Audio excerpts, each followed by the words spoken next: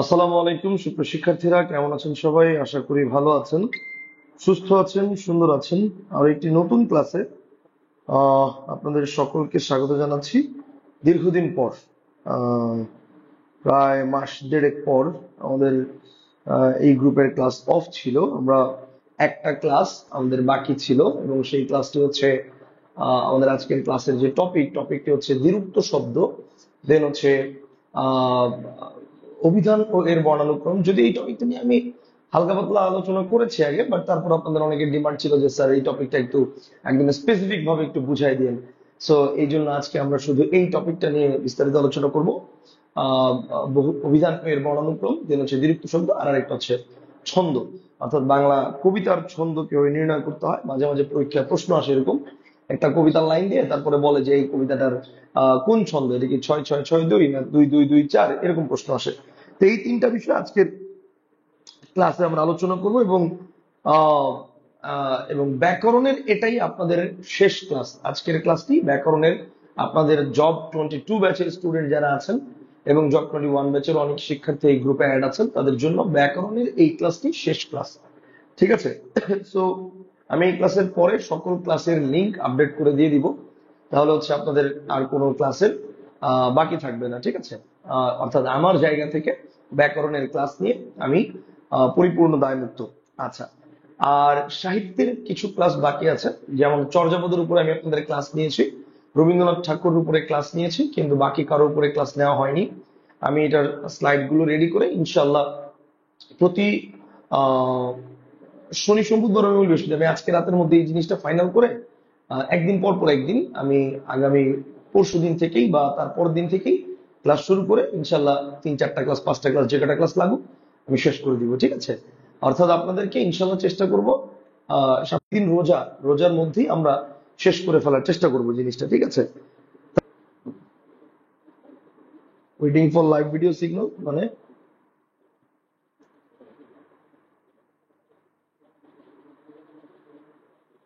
ওকে। আমাকে একটু জানাবেন যে আপনারা ক্লিয়ারলি আমার সাউন্ড শুনতে পাচ্ছেন কিনা। আমাকে একটু জানাবেন যে আপনারা কি ক্লিয়ারলি আমার সাউন্ড শুনতে পাচ্ছেন।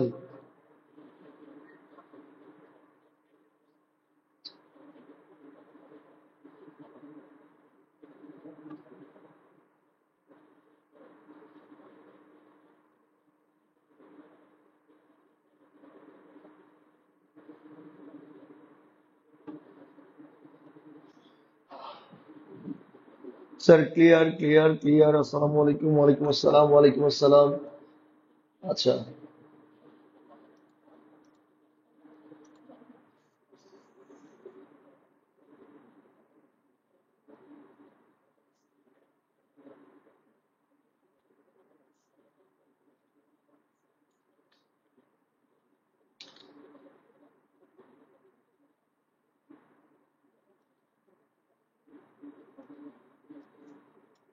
ঠিক আছে, আমি সবাইকে একটু মেনশন করে দিলাম যাতে সবাই দ্রুত ক্লাসে জয়েন করতে পারে। আমি সবাইকে একটু মেনশন করে দিলাম যাতে সবাই দ্রুত ক্লাসে জয়েন করতে পারে।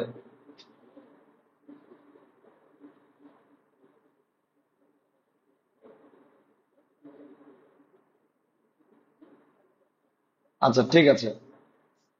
সো ওকে, ক্লিয়ার আছে। তাহলে চলেন আমরা আমাদের আলোচনা কাল বিলম্ব না করে আমরা শুরু করি। আমাদের আজকের আলোচনার প্রথম টপিকটা হচ্ছে দ্বিরুক্ত শব্দ। আমাদের আজকের আলোচনার প্রথম টপিকটা হচ্ছে কি বলেন? দ্বিরুক্ত শব্দ। দেখেন, দ্বিরুক্ত শব্দ জিনিসটা কি? দ্বিরুক্ত শব্দ জিনিসটা কি? দ্বিরুক্ত মানে দুইবার উক্ত, অর্থাৎ যে কোনো শব্দ দুইবার বলা হয়েছে সেটা হচ্ছে দ্বিরুক্ত শব্দ। ঠিক আছে? এখন দ্বিরুক্ত শব্দ কত প্রকার? ওকে, যদি প্রশ্ন করে দ্বিরুক্ত শব্দ কত প্রকার, কারেক্ট আনসার হচ্ছে দ্বিরুক্ত শব্দ 3 প্রকার। কয় প্রকার বলেন? দ্বিরুক্ত শব্দ হচ্ছে 3 প্রকার। 3 প্রকার কি কি? এক নম্বর হচ্ছে শব্দের দ্বিরুক্তি। এক নম্বর কি বলেন? এক নম্বর হচ্ছে শব্দের দ্বিরুক্তি। ঠিক আছে? এক নম্বর হচ্ছে শব্দের দ্বিরুক্তি। 2 নম্বর হচ্ছে পদের দ্বিরুক্তি। 2 নম্বর হচ্ছে পদের দ্বিরুক্তি। 1 নম্বর শব্দের দ্বিরুক্তি, 2 নম্বর পদের দ্বিরুক্তি। 3 নম্বর হচ্ছে ওঙ্কার দ্বিরুক্তি। 3 নম্বর হচ্ছে ওঙ্কার দ্বিরুক্তি। এই 3টা দ্বিরুক্তি আছে দ্বিরুক্তির প্রকারভেদের মধ্যে। এখন 3টার মধ্যে ডিফারেন্সটা কি? কিভাবে বুঝবো কোনটা শব্দের দ্বিরুক্তি, কোনটা পদের দ্বিরুক্তি, কোনটা অনুকার দ্বিরুক্তি? কিভাবে বুঝবো? ওকে, আসেন দেখেন। শব্দের দ্বিরুক্তি আর পদের দ্বিরুক্তি এই দুটোর মধ্যে স্টুডেন্টরা অনেক সময় প্যাচ লাগাই দেয়। ব্যাপারটা হচ্ছে এরকম যে যদি বিভক্তি যুক্ত থাকে, সহজ কথা মনে রাখবেন, যদি বিভক্তি যুক্ত থাকে তাহলে সেটা হচ্ছে পদের দ্বিরুক্তি। আর যদি বিভক্তি যুক্ত না থাকে, যদি বিভক্তি যুক্ত না থাকে তাহলে সেটা হচ্ছে শব্দের দ্বিরুক্তি। বিভক্তি যুক্ত না থাকলে শব্দের, বিভক্তি যুক্ত থাকলে পদের দ্বিরুক্তি। আমি যদি একটা উদাহরণ দিই, যেমন আমি যদি বলি দেখেন গাছে গাছে ফুল ফুটেছে, ধরেন আমি বললাম এরকম যে গাছে গাছে ফুল ফুটেছে, তাহলে এই যে বললাম গাছে গাছে ফুল ফুটেছে, তো এখানে কিন্তু এই যে দেখেন বিভক্তি যুক্ত আছে কি নাই খেয়াল করেন, গাছে এই বিভক্তি আছে, আবার গাছে এই বিভক্তি আছে, সো বিভক্তি যুক্ত আছে। তো এই কারণে এটা হচ্ছে কি, এটা হচ্ছে পদের। এটা হচ্ছে কিসের বলেন, এটা হচ্ছে পদের। আর যদি বলি যে ঘরে ঘরে আনন্দের বন্যা, ঘরে ঘরে আনন্দের বন্যা, এটাও কি পদের, ঘরে ঘরে, ঠিক আছে। যদি বলি হাসতে হাসতে পেটে খিল লেগে গেল, তাহলে এই যে হাসতে হাসতে এটাও কি পদের বিরক্তি। আচ্ছা আমি যদি বলি আমি যদি বলি যে আহ, আমি যদি বলি এরকম যে পাকা পাকা আম নিয়ে এসো, আমি যদি বলি পাকা পাকা আম নিয়ে এসো, পাকা পাকা আম নিয়ে এসো, পাকা পাকা আম নিয়ে এসো, এইটা কিন্তু শব্দের বিরক্তি। এইটা কিসের বিরক্তি বলেন, শব্দের। কেন? কারণ পাকা পাকা এটার মধ্যে কোনো বিভক্তি যুক্ত নাই।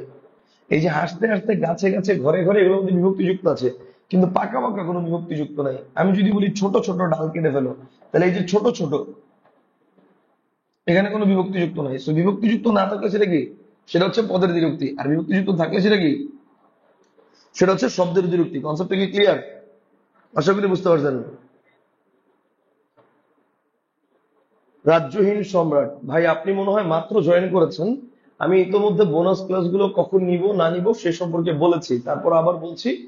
সেটা হচ্ছে আপনাদের আজকে ব্যাকরণের লাস্ট ক্লাস। বোনাস যে ক্লাসগুলো নেওয়ার কথা ছিল এর মধ্যে থেকে চর্যাপদের উপর আমি ক্লাস নিয়েছিলাম, রবীন্দ্রনাথ ঠাকুরের উপর আমি ক্লাস নিয়েছিলাম, বাকি যে সাহিত্যিকরা রয়েছেন তাদের উপরে ক্লাস নেওয়া হয়নি। এই ক্লাসগুলো ইনশাল্লাহ আজকে রাতে আপনাদেরকে জানাই দিব কবে নিব, মানে আগামী পরশুদিন বা তারপর দিন থেকে নেওয়া শুরু করবো, একদিন পর পর করে নিব। একদিন পর পর করে 5 দিন ক্লাস নিলে আপনাদের ওই টপিক শেষ হয়ে যাবে সব, ঠিক আছে? Okay fine. মানে মোট কথা হচ্ছে উইদিন রোজার মধ্যেই আমরা আপনাদের এটা শেষ করে দিব, ঠিক আছে? আশা করি বুঝতে পারছেন। ঠিক আছে, তাহলে পদের দ্বিরুক্তি কোনটা, শব্দের দ্বিরুক্তি কোনটা, এটা আশা করি আপনারা ক্লিয়ার হয়েছেন। এখন আসেন অনুকার দ্বিরুক্তি। অনুকার দ্বিরুক্তি কি? অনুকার দ্বিরুক্তি হচ্ছে H B C N S. আপনারা যখন অব্যয় পড়েছিলেন মনে আছে, একটা অব্যয় পড়েছিলেন যে অব্যয়টার নাম ছিল অনুকার অব্যয়। ওই অনুকার অব্যয়টাই হচ্ছে অনুকার দ্বিরুক্তি। একই কথা, অনুকার অব্যয় অনুকার দ্বিরুক্তি, ধনাত্মক অব্যয় ধনাত্মক দ্বিরুক্তি, একই কথা। মানে হচ্ছে human being created natural sound, অর্থাৎ মানব সৃষ্ট যত ধরনের শব্দ আছে সব হচ্ছে অনুকার দ্বিরুক্তি। কনসেপ্টটা কি ক্লিয়ার? মানব সৃষ্ট যত ধরনের শব্দ আছে সব হচ্ছে কি অনুকার দ্বিরুক্তি। যেমন যেমন মনে করেন আমি যদি বলি চুটির ঘন্টা বাজে ঢং ঢং, তাহলে এই যে ঢং ঢং একটা সাউন্ড বললাম, এখন ঢং ঢং এক্স্যাক্টলি সাউন্ডটা এরকম ঢং ঢং এরকমই বাজে না। তাহলে এই যে আমি বললাম ছুটির ঘন্টা বাজে ঢং ঢং, এটা কি? এটা হচ্ছে অনুকার বিরক্তি। এরকম যা কিছু আছে, যেমন আমি যদি বলি দেখেন, আমি যদি বলি যে ওটা কি বলে, মেঘ ডাকে অথবা নদীর কলকলতান, নদীর কলকলতান, তাহলে এই যে কলকল, ঠিক আছে, নদীর কলকলতান, তাহলে কলকল একই শব্দ দুইবার হচ্ছে। এখন নদী যখন বয়ে যায় এক্স্যাক্টলি কি একদম ওয়ার্ডটা কলকল কলকল হয় না। তার মানে কি, এটা হচ্ছে আমাদের নিজেদের বানানো একটা ওয়ার্ড। সো এটাই হচ্ছে আমি বুঝাতে চাচ্ছি যে human being created natural sound, অর্থাৎ মানব সৃষ্ট যে কোনো একটা শব্দ থাকবে সেটাই হচ্ছে অনুকার দ্বিরুক্তি। কনসেপ্টটা কি ক্লিয়ার? সেটাই হচ্ছে অনুকার দ্বিরুক্তি। ওকে ফাইন। তাহলে শব্দের দ্বিরুক্তি কি, পদের দ্বিরুক্তি কি, অনুকার দ্বিরুক্তি কি, তিনটা আপনাদের ক্লিয়ার। আশা করি এই তিনটার মধ্যে আর ঝামেলা লাগবে না। এখন আসেন, মাঝে মাঝে এরকম প্রশ্ন আসে যে নিচের কোনটি যুগ্মরীতিতে গঠিত দ্বিরুক্তি শব্দ। কি রীতি ভাই? যুগ্মরীতি, তার মানে আপনাকে একটু বুঝতে হবে যুগ্মরীতিতে গঠিত দ্বিরুক্তি শব্দ জিনিসটা কি, আগে এটা বুঝাই। যুগ্মরীতিতে গঠিত দ্বিরুক্তি শব্দ জিনিসটা কি, আগে এটা বুঝাই। যুগ্ম রীতিতে গঠিত দ্বিরুক্ত শব্দ, যুগ্ম রীতিতে গঠিত দ্বিরুক্ত শব্দ, যুগ্ম রীতিতে গঠিত দ্বিরুক্ত শব্দ। Okay fine. আসেন, যুগ্ম রীতিতে গঠিত দ্বিরুক্ত শব্দ কি কি মনে রাখবেন। যুগ্ম রীতিতে গঠিত দ্বিরুক্ত শব্দ 6 ভাবে হতে পারে। কয়টা নিয়মে? 6টা নিয়মে। 6টা নিয়মের মধ্যে 1 নম্বর নিয়মটা হচ্ছে আদি স্বরের পরিবর্তন করে। কিভাবে ভাই? আদি স্বরের পরিবর্তন করে, আদি স্বরের পরিবর্তন করে, আদি স্বরের পরিবর্তন করে। আচ্ছা যেমন কি, আমি কিছু উদাহরণ দিচ্ছি, ক্লিয়ার হয়ে যাবে উদাহরণ দিলে। দেখেন, যেমন আমি যদি বলি যে ছিমছাম, আমি যদি বলি ছিমছাম, তাহলে একটু খেয়াল করে দেখেন, এই যে আমি বললাম ছিমছাম, এখানে কিন্তু এই যে রস্যিকারটা এটা আদি স্বরবর্ণ ছিল, এই স্বরবর্ণটা এখানে কি হয়ে গেছে, আকার হয়ে গেছে, তার মানে স্বরবর্ণ পরিবর্তন হয়েছে। তাহলে এই যে আদি স্বর পরিবর্তন করে, অথবা দেখেন আমি যদি বলি এটা মিট মাঠ, আমি যদি বলি মিট মাঠ, তাহলে এবার খেয়াল করেন মিট মাঠ, তাহলে এবার দেখেন প্রথমে যে স্বরটা ছিল রস্যিকার, এই স্বরটা গিয়ে পরে আছে না, তো এই স্বরটা পরবর্তীতে চেঞ্জ হয়েছে, অর্থাৎ আকার হয়ে গেছে। তাহলে ছিমছাম, মিটমাট, ফিটফাট, এগুলো সব কি, সব হচ্ছে আদিস্বরের পরিবর্তন করে। ক্লিয়ার? এগুলো সব হচ্ছে আদিস্বরের পরিবর্তন করে। এবার হচ্ছেন 2 নম্বর। 2 নম্বর কি? 2 নম্বর হচ্ছে অন্তঃস্বরের পরিবর্তন করে। 2 নম্বর হচ্ছে অন্তঃস্বরের পরিবর্তন করে, অন্তঃস্বরের পরিবর্তন করে। এখন অন্তঃস্বরের পরিবর্তন করে জিনিসটা কি? অন্তঃস্বরের পরিবর্তন বলতে বোঝায় অন্ত মানে কি, এই অন্ত মানে হচ্ছে শব্দের শেষ, মানে শব্দের শেষ স্বরটা পরিবর্তন হবে। ঠিক আছে, এটা হচ্ছে অন্তঃস্বরের পরিবর্তন করে। যেমন যেমন মনে করেন আমি যদি বলি দেখেন মারামারি, তাহলে খেয়াল করে দেখেন মারা মারি, ঠিক আছে, মারামারি, অথবা কানাকানি, তাহলে এবার খেয়াল করে দেখেন মারামারি, কানাকানি, হাতাহাতি, ঠিক আছে, হাতাহাতি, হাতাহাতি। তাহলে এই যে মারামারি, কানাকানি, হাতাহাতি, চুলাচুলি, এগুলোর মধ্যে একটু খেয়াল করে দেখেন এই যে ময়কারমা যেটা, এটা কিন্তু পরিবর্তন হয় না, এটা কিন্তু ঠিক ময়কারমা ময়কারমাই আছে, কিন্তু এই রয়াকাররা যেটা, এটা পরিবর্তন হয়ে রস্যি করে গেছে, তার মানে পরের যে স্বর সেটা পরিবর্তন হয়েছে, সো অন্তঃস্বর পরিবর্তন হয়েছে। ঠিক সেম দেখেন কানাকানি, কয়েকারকা কয়েকার কিন্তু চেঞ্জ হয় নাই, নয়কাররা যেটা, এটা চেঞ্জ হয়ে নয় রস্যিকার হয়ে গেছে, অর্থাৎ অন্তঃস্বর পরিবর্তন হয়েছে। হাতাহাতি খেয়াল করেন তয়কারটা যেটা, এটা পরিবর্তন হয়ে তয় রস্যিকার হয়েছে। হয়কার হা কিন্তু চেঞ্জ হয় নাই, তার মানে আমার অন্তঃস্বরের পরিবর্তন হয়। Concept clear? পরীক্ষায় এরকম প্রশ্ন আসে, নিচের কোনটিতে, দুঃখিত, নিচের কোনটিতে আদিস্বরের পরিবর্তন ঘটেছে, বা আদিস্বরের পরিবর্তন হয়ে দীর্ঘ শব্দ গঠিত হয়েছে কোনটিতে, অন্তঃস্বরের পরিবর্তন হয়ে দীর্ঘ শব্দ গঠিত হয়েছে কোনটিতে, এরকম প্রশ্ন আসে। আমার কথা বুঝতে পারছেন? তাহলে আদিস্বরটা গেল, অন্তঃস্বরটা গেল, এবার আসেন আদিস্বর গেল, অন্তঃস্বর গেল, এবার আসেন 3 নম্বর। 3 নম্বর কি? 3 নম্বর হচ্ছে দ্বিতীয়বার ব্যবহারের সময়, দ্বিতীয়বার ব্যবহারের সময়, ব্যবহারের সময় ব্যঞ্জনের পরিবর্তন করে, ব্যঞ্জনের পরিবর্তন করে, মানে কি ভাই? মানে ব্যাপারটা হচ্ছে কোন স্বরবর্ণ পরিবর্তন করব না, শুধু ব্যঞ্জন বর্ণ দ্বিতীয়বার ব্যবহারের সময় যা ছিল তার চেয়ে একটু এদিক ওদিক চেঞ্জ করবো আমরা। আচ্ছা, যেমন কি দ্বিতীয়বার ব্যবহারের সময় ব্যঞ্জনের পরিবর্তন করে, যেমন যেমন আমি যদি বলি দেখেন আহ দ্বিতীয়বার ব্যবহারের সময় ব্যঞ্জনের পরিবর্তন করে, যেমন আমি যদি বলি দেখেন চাটা, তাহলে এবার খেয়াল করেন চা টা, ঠিক আছে। যদি বলি কলম টলম, তাহলে এবার খেয়াল করেন কলম টলম, কলম টলম, তাহলে চাটা, কলম টলম, ঠিক আছে। তারপর হচ্ছে নৌকা টৌকা, নৌকা টৌকা, নৌকা টৌকা, ঠিক আছে। তক্তা মক্তা, নৌকা টৌকা, তক্তা মক্তা, তক্তা মক্তা। তাহলে এবার একটু খেয়াল করে দেখেন এগুলো সবগুলোই কিন্তু দ্বিতীয়বার ব্যবহারের সময় ব্যঞ্জনের পরিবর্তন হয়েছে। দেখেন এখানে স্বর ছিল, স্বর ঠিকই আছে, আকার আছে, আকার আছে, বাট এখানে ছিল ব্যঞ্জন, এখানেও ব্যঞ্জন। আবার কলম টলম, এখানে ক, এখানে ট, তার মানে জাস্ট ব্যঞ্জনটা পরিবর্তন হয়েছে। নৌকা, দেখেন এখানে ন আর এখানে ট, ওকার কিন্তু চেঞ্জ নেই, শুধু ব্যঞ্জনে চেঞ্জ হয়েছে। সো তক্তা মক্তা, শুধু ব্যঞ্জন চেঞ্জ হয়েছে। সো এই কারণে এটাকে আমরা বলবো দ্বিতীয়বার ব্যবহারের সময় ব্যঞ্জনের পরিবর্তন করে। কনসেপ্টটা কি ক্লিয়ার? বলেন বুঝছেন না বুঝেন নাই?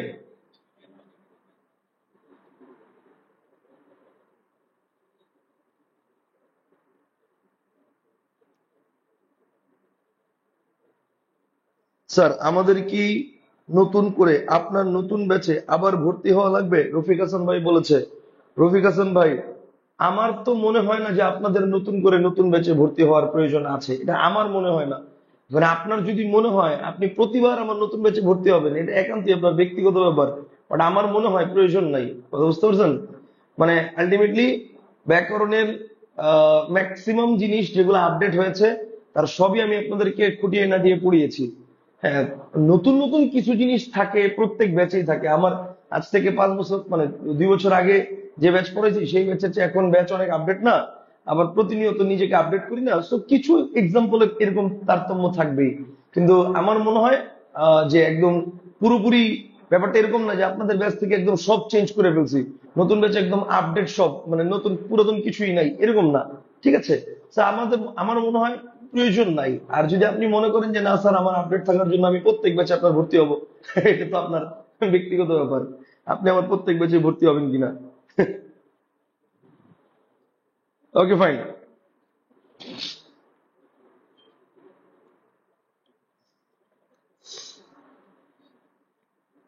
আচ্ছা, আশা করি ক্লিয়ার, আশা করি তাহলে জিনিসটা ক্লিয়ার। তাহলে দ্বিতীয়বার ব্যবহারের সময় ব্যঞ্জনের পরিবর্তন করে, যেমন চা টা কলম টলম নৌকা টোকা তক্তা মক্তা, এগুলো সব হচ্ছে কি, এগুলো সব হচ্ছে দ্বিতীয়বার ব্যবহারের সময় ব্যঞ্জনের পরিবর্তন করে এই যে নিয়মটা আছে এই নিয়মে হয়েছে, ঠিক আছে। তাহলে এটা গেল আমাদের 3 নম্বর নিয়ম। এবার সে 4 নম্বর নিয়ম। 4 নম্বর নিয়ম কি? 4 নম্বর নিয়ম হচ্ছে, 4 নম্বর নিয়ম হচ্ছে সমার্থক শব্দ যোগে, সমার্থক শব্দ, সমার্থক শব্দ যোগে, সমার্থক শব্দ যোগে গঠিত দ্বিরুক্তি শব্দ, সমার্থক শব্দ যোগে গঠিত দ্বিরুক্তি শব্দ কি কি আছে সমার্থক শব্দ যোগে? যেমন দেখেন, আমি যদি বলি ভয় ডর, ভাই ভয় যা ডরতা, তাই না? আমি যদি বলি বন জঙ্গল, তাহলে বন যা জঙ্গলতা, বন যা জঙ্গলতা। যদি বলি ভয় ডর বন জঙ্গল, ঠিক আছে। তারপর হচ্ছে আহ মানে মোট কথা হচ্ছে এটা কি থাকবে, এটার মধ্যে হচ্ছে মনে করেন সমার্থক শব্দ থাকবে, যেমন আদর সোহাগ, জামা কাপড়, ঠিক আছে। আদর সোহাগ, আদর সোহাগ, জামা কাপড়, ওকে। আদর সোহাগ, জামা কাপড়, এগুলো সব হচ্ছে কি, এগুলো সব হচ্ছে সমার্থক শব্দ যোগে, ঠিক আছে। আদর সোহাগ, জামা কাপড়, বন জঙ্গল, ভয় ডর, এগুলো সব হচ্ছে সমার্থক শব্দ যোগ। এবার হচ্ছেন 5 নম্বর। 5 নম্বর কি? 5 নম্বর হচ্ছে বিপরীতার্থক শব্দ যোগে। 5 নম্বর কি শব্দ যোগে বলেন? 5 নম্বর হচ্ছে বিপরীতার্থক শব্দ যোগে, বিপরীতার্থক শব্দ যোগে। আচ্ছা, এখন বিপরীতার্থক শব্দ যোগে এরকম আর কি কি উদাহরণ আছে চলুন একটু দেখি। বিপরীতার্থক শব্দ যোগে এরকম আর কি কি উদাহরণ আছে চলুন একটু দেখি। যেমন আমি যদি বলি দিন রাত, তাহলে এবার খেয়াল করেন, দিন রাত বিপরীত শব্দ না? ওকে ফাইন, দিন রাত। যদি বলি উপর নিচ, তাহলে এবার খেয়াল করেন, উপর নিচ। যদি বলি উপর নিচ, তাহলে দিন রাত, উপর নিচে, ডানে বামে, ভিতরে বাইরে, ঠিক আছে। আলোতে অন্ধকারে, যত বিপরীত শব্দ আছে সব বিপরীত শব্দ কি, সব বিপরীত শব্দ হচ্ছে বিপরীতার্থক মানে বিপরীতার্থক শব্দ যোগে গঠিত দ্বন্দ্ব সমাসের, সরি দ্বন্দ্ব সমাস না, দ্বিরুক্ত শব্দের উদাহরণ। বিপরীতার্থক শব্দ যোগে গঠিত দ্বিরুক্ত শব্দের উদাহরণ। কথা কি ক্লিয়ার? এ পর্যন্ত কি বুঝছেন?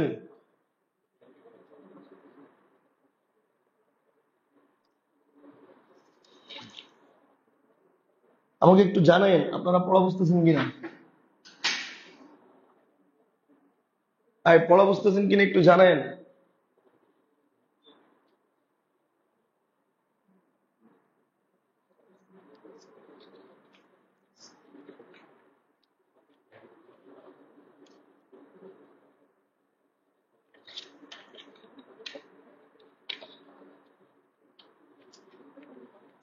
ওকে, তাহলে এটা হচ্ছে আমাদের গেল 5 নম্বর, এন্ড লাস্ট ওয়ান একটা বাকি আছে 6 নম্বর, সেটা হচ্ছে ভিন্নার্থক শব্দ যোগে। 6 নম্বর যেটা, সেটা হচ্ছে ভিন্নার্থক শব্দ যোগে গঠিত বিরুক্ত শব্দ।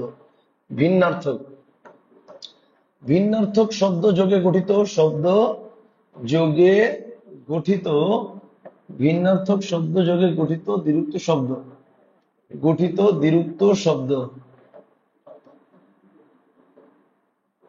ভিন্নার্থক শব্দযোগে গঠিত দ্বিরুক্ত শব্দ। ওকে, এখন আসেন ভিন্নার্থক শব্দযোগে গঠিত দ্বিরুক্ত শব্দ জিনিসটা কি সেটা একটু দেখেন। ওকে, ভিন্নার্থক শব্দযোগে গঠিত দ্বিরুক্ত শব্দ, অর্থাৎ এখানে দ্বিরুক্ত শব্দের মধ্যে দুইটা আলাদা আলাদা শব্দ থাকবে, ভিন্নার্থক থাকবে, ঠিক আছে। যেমন, যেমন আমি যদি আপনাকে এক্সাম্পল দেই ভিন্নার্থক শব্দযোগে, যেমন মনে করেন আমি যদি বলি আহ আমি যদি বলি এরকম যে, ধরেন তালা চাবি, খেয়াল করেন, যদি বলি তালা চাবি, এখন দেখেন ব্যাপারটা কিন্তু এরকম না যে তালার বিপরীত শব্দ চাবি, আবার তালার সমার্থক না, তালা চাবি ভিন্নার্থক। যদি বলি ডাল ভাত, দেখেন ডালের বিপরীত শব্দ যে ভাত, বা ডালের সমার্থক শব্দ ভাত তাও না, তাহলে এটা হচ্ছে ডাল ভাত, ঠিক আছে। তাহলে তালা চাবি, ডাল ভাত, এগুলো সব কি, এগুলো সব হচ্ছে ভিন্নার্থক শব্দযোগে গঠিত দ্বিরুক্ত শব্দ।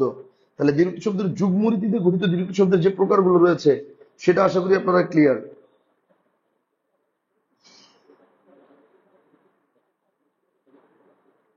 যুগ্মরীতিতে গঠিত দ্বিরুক্ত শব্দের যে প্রকারগুলো রয়েছে সেটা আশা করি আপনারা ক্লিয়ার। ওকে ফাইন, তাহলে যুগ্মরীতিতে গঠিত দ্বিরুক্ত শব্দ কি কি সেটা আশা করি ক্লিয়ার। দ্বিরুক্ত শব্দের শব্দের দ্বিরুক্তি ও পদের দ্বিরুক্তির মধ্যে ডিফারেন্স কি সেটাও আপনারা ক্লিয়ার। এখন বাকি আছে কি, বাকি আছে হচ্ছে অনুকার দ্বিরুক্তি, আগেই বলছি। ওকে, বিরক্ত শব্দের এখন একটা কোশ্চেন বাকি আছে, কোশ্চেনটা কি ভালো করে বুঝুন। মাঝে মাঝে এরকম প্রশ্ন আসে যে অনুভূতিজাত কাল্পনিক ধনাত্মক বিরক্তির উদাহরণ কয়টি? খেয়াল করেন, অনুভূতিজাত কাল্পনিক কাল্পনিক ধনাত্মক বিরক্তির উদাহরণ, ধনাত্মক বিরক্তির উদাহরণ, অনুভূতিজাত কাল্পনিক ধনাত্মক বিরক্তির উদাহরণ, অনুভূতিজাত কাল্পনিক ধনাত্মক বিরক্তির উদাহরণ এটা কি? আসেন, অনুভূতিজাত কাল্পনিক ধনাত্মক বিরক্তির উদাহরণ এটা কি? অনুভূতিজাত কাল্পনিক ধনাত্মক বিরক্তির উদাহরণ হচ্ছে ছয়টা। ছয়টা কি কি? আসেন, ছয়টা হচ্ছে কুটকুট পিটপিট মিনমিন ঝিঝি ঝিকিমিকি ঠাঠা। ঠিক আছে, ছয়টা হচ্ছে কি কি দেখেন, ছয়টা হচ্ছে কুটকুট পিটপিট মিনমিন, কুটকুট, ছয়টা হচ্ছে কুটকুট পিটপিট মিনমিন, পিটপিট কুটকুট পিটপিট মিনমিন, কুটকুট পিটপিট মিনমিন, কুটকুট পিটপিট মিনমিন, ঝিঝি ঝিকিমিকি ঠাঠা, ঝিঝি ঝিকিমিকি ঠাঠা,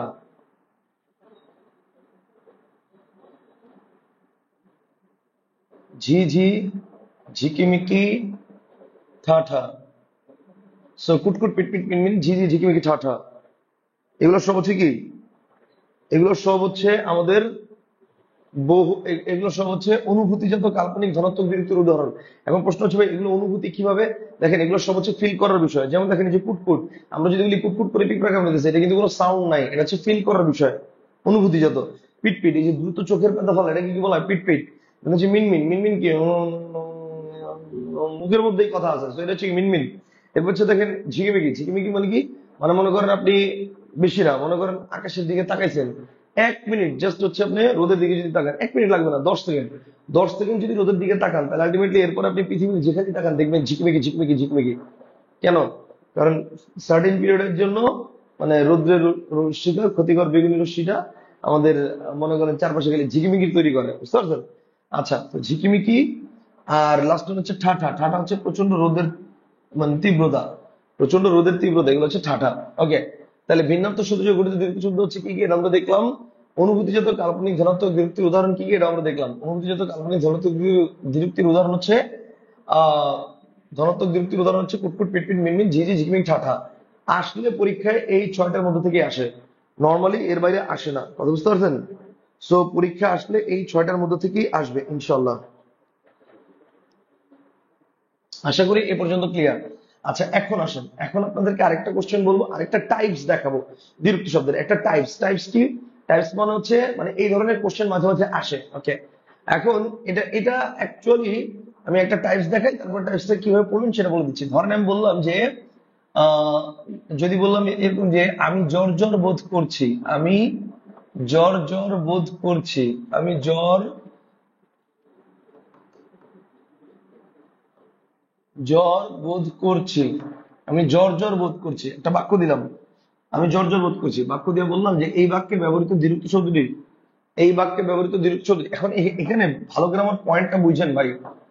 আমার কোশ্চেন ডিমান্ড চেঞ্জ হওয়ার কারণে আমার উত্তর প্রতিবার চেঞ্জ হয়ে যাবে, এবং এটা এই একটা কোশ্চেন বিভিন্ন অ্যাঙ্গেল থেকে ঘুরে পেঁচা করা সম্ভব। যেমন দেখেন, যদি বলি আমি জ্বর জ্বর বোধ করছি, এখানে আমি জ্বর জ্বর বোধ করছি, এখানে জ্বর জ্বর, এখানে জ্বর জ্বর, জ্বর জ্বর কোন দ্বিরুক্তি? এখানে জ্বর জ্বর কোন দ্বিরুক্তি? আমি জ্বর জ্বর বোধ করছি, এখানে জ্বর জ্বর কোন দ্বিরুক্তি? বলো তো দেখি, আমি জ্বর জ্বর বোধ করছি, এখানে জ্বর জ্বর কোন দ্বিরুক্তি? আমি জ্বর জ্বর বোধ করছি, এখানে জ্বর জ্বর কোন দ্বিরুক্তি? দেখেন, জ্বর জ্বর হচ্ছে মানে মানে এটা কি শব্দের দ্বিরুক্তি না পদের দ্বিরুক্তি না অনুকার দ্বিরুক্তি? এখন চিন্তা করেন, শব্দের দ্বিরুক্তির মধ্যে বিভক্তিযুক্ত নাই, এখানে কি বিভক্তিযুক্ত আছে? উত্তর হচ্ছে না, নাই। তো যেহেতু বিভক্তিযুক্ত নাই, তার মানে এটা কিসের দ্বিরুক্তি? তার মানে এটা হচ্ছে শব্দের দ্বিরুক্তি।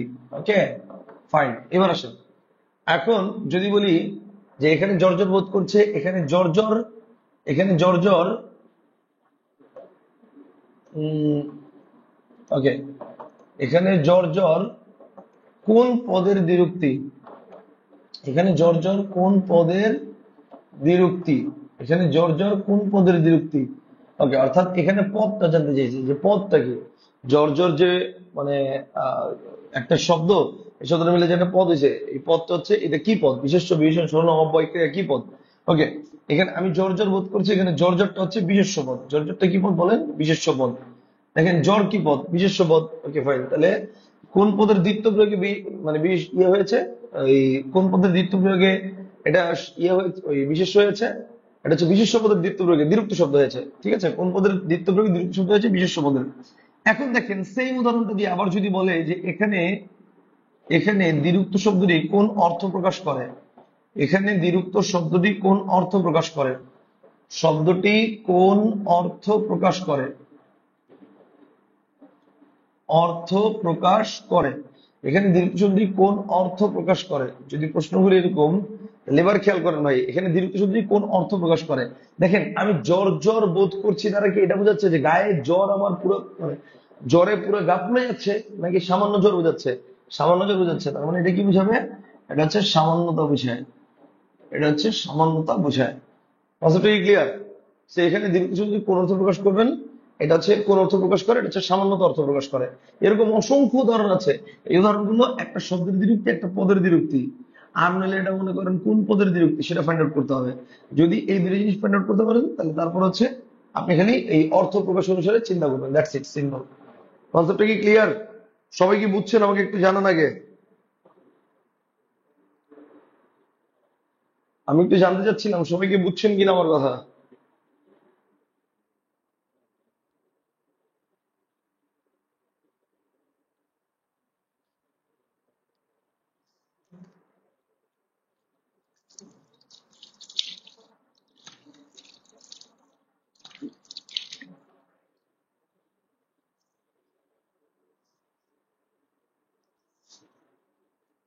আলহামদুলিল্লাহ। পুরোপুরি ক্লিয়ার? সবাই ক্লিয়ার? পুরোপুরি সবাই ক্লিয়ার? ওকে। তাহলে এখানে জ্বর জ্বর বোধ করছি, জ্বর জ্বরটা কোন কোন পদের দ্বিরুক্তি? এটা লেগিয়া বিশেষ্য পদের দ্বিরুক্তি। আর কোন অর্থ প্রকাশ করে? সেটা হচ্ছে সামান্যত অর্থ প্রকাশ করে। আবার এটাকে আরেকভাবে ঘুরে লেখা যায়। সেটা কি? সেটা হচ্ছে মনে করেন এরকম প্রশ্ন হলো যে আমি জ্বর জ্বর বোধ করছি, এখানে এখানে দ্বিরুক্ত শব্দটি, দ্বিরুক্ত শব্দটি কোন পদ রূপে ব্যবহৃত হয়েছে? দ্বিরুক্ত শব্দটি কোন পদ রূপে ব্যবহৃত হয়েছে? ব্যবহৃত হয়েছে। এখানে দ্বিরুক্ত শব্দটি কোন পদরূপে ব্যবহৃত হয়েছে? অপশনটা ভালো করে খেয়াল করেন, প্রশ্নটা বুঝেন। প্রশ্নে বলছে এখানে জ্বর জ্বর কোন দ্বিরুক্তি, শব্দের না পদের? বা অনুকার? কারণ answer হচ্ছে অনুকার দ্বিরুক্তি। ঠিক আছে, সরি, কারণ answer হচ্ছে শব্দের দ্বিরুক্তি। কারণ কি? কারণ জ্বর জ্বর সাউন্ড বোঝায়, বিশেষ্য বোঝায়। আচ্ছা, এখানে জ্বর জ্বর কোন পদের দ্বিরুক্তি? নাকি বিশেষ্য পদের দ্বিরুক্তি, নাকি বিশেষণ পদের? কোন পদের? কারণ answer হচ্ছে বিশেষ্য পদের দ্বিরুক্তি। এখন দেখেন এই যে এটার পর হচ্ছে এটা, এটার পরে এটা হচ্ছে কি, এখানে দ্বিরুক্ত শব্দটি কোন পদরূপে ব্যবহৃত হয়েছে? অর্থাৎ দ্বিরুক্ত শব্দ তো ঠিক আছে, কিন্তু দ্বিরুক্ত শব্দের মধ্যে যে মানে ইয়াটা উঠাচ্ছেন, ওইটাকে কি বলে? দ্বিরুক্ত শব্দের ঘরে যে আপনি এগুলো উঠাচ্ছেন, আপনাকে তো বলতে হবে যে এটা কোন পদরূপে ব্যবহৃত হয়েছে। খেয়াল করেন, শব্দটা বিশেষ্য, কিন্তু বাক্যে ব্যবহৃত হয়েছে কি হিসাবে? কোন পদ রূপে? বাক্যে ব্যবহৃত হয়েছে কি হিসাবে বলেন? অ্যাডজেক্টিভ হিসাবে, অর্থাৎ বিশেষণ হিসাবে। বাক্যে ব্যবহৃত হয়েছে বিশেষণ হিসাবে। কনসেপ্টটা কি ক্লিয়ার? ওকে। এরপর হচ্ছে কোন অর্থ প্রকাশ করে? সামান্যত অর্থ। চারটা পয়েন্ট, এই চারটা পয়েন্ট মাথায় রাখবেন, তাহলেই হবে। That's it.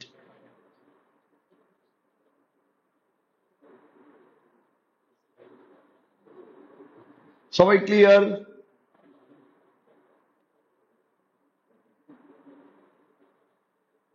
সবাই ক্লিয়ার? ভিডিও আটকে গেছে? কি বলেন? এই ভিডিও কি আটকে গেছিল নাকি? একটু জানান তো। আমি তো এখান থেকে ক্লিয়ারই দেখতেছি।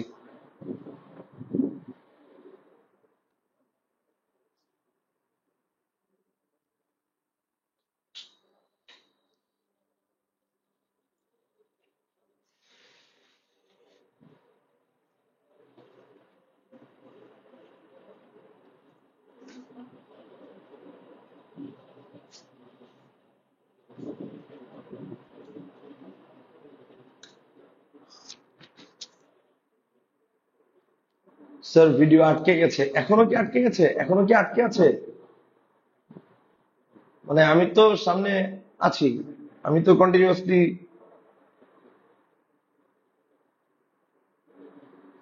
আমার এখানে তো আটকানো নাই, আমি এখানে তো চেক করে দেবো।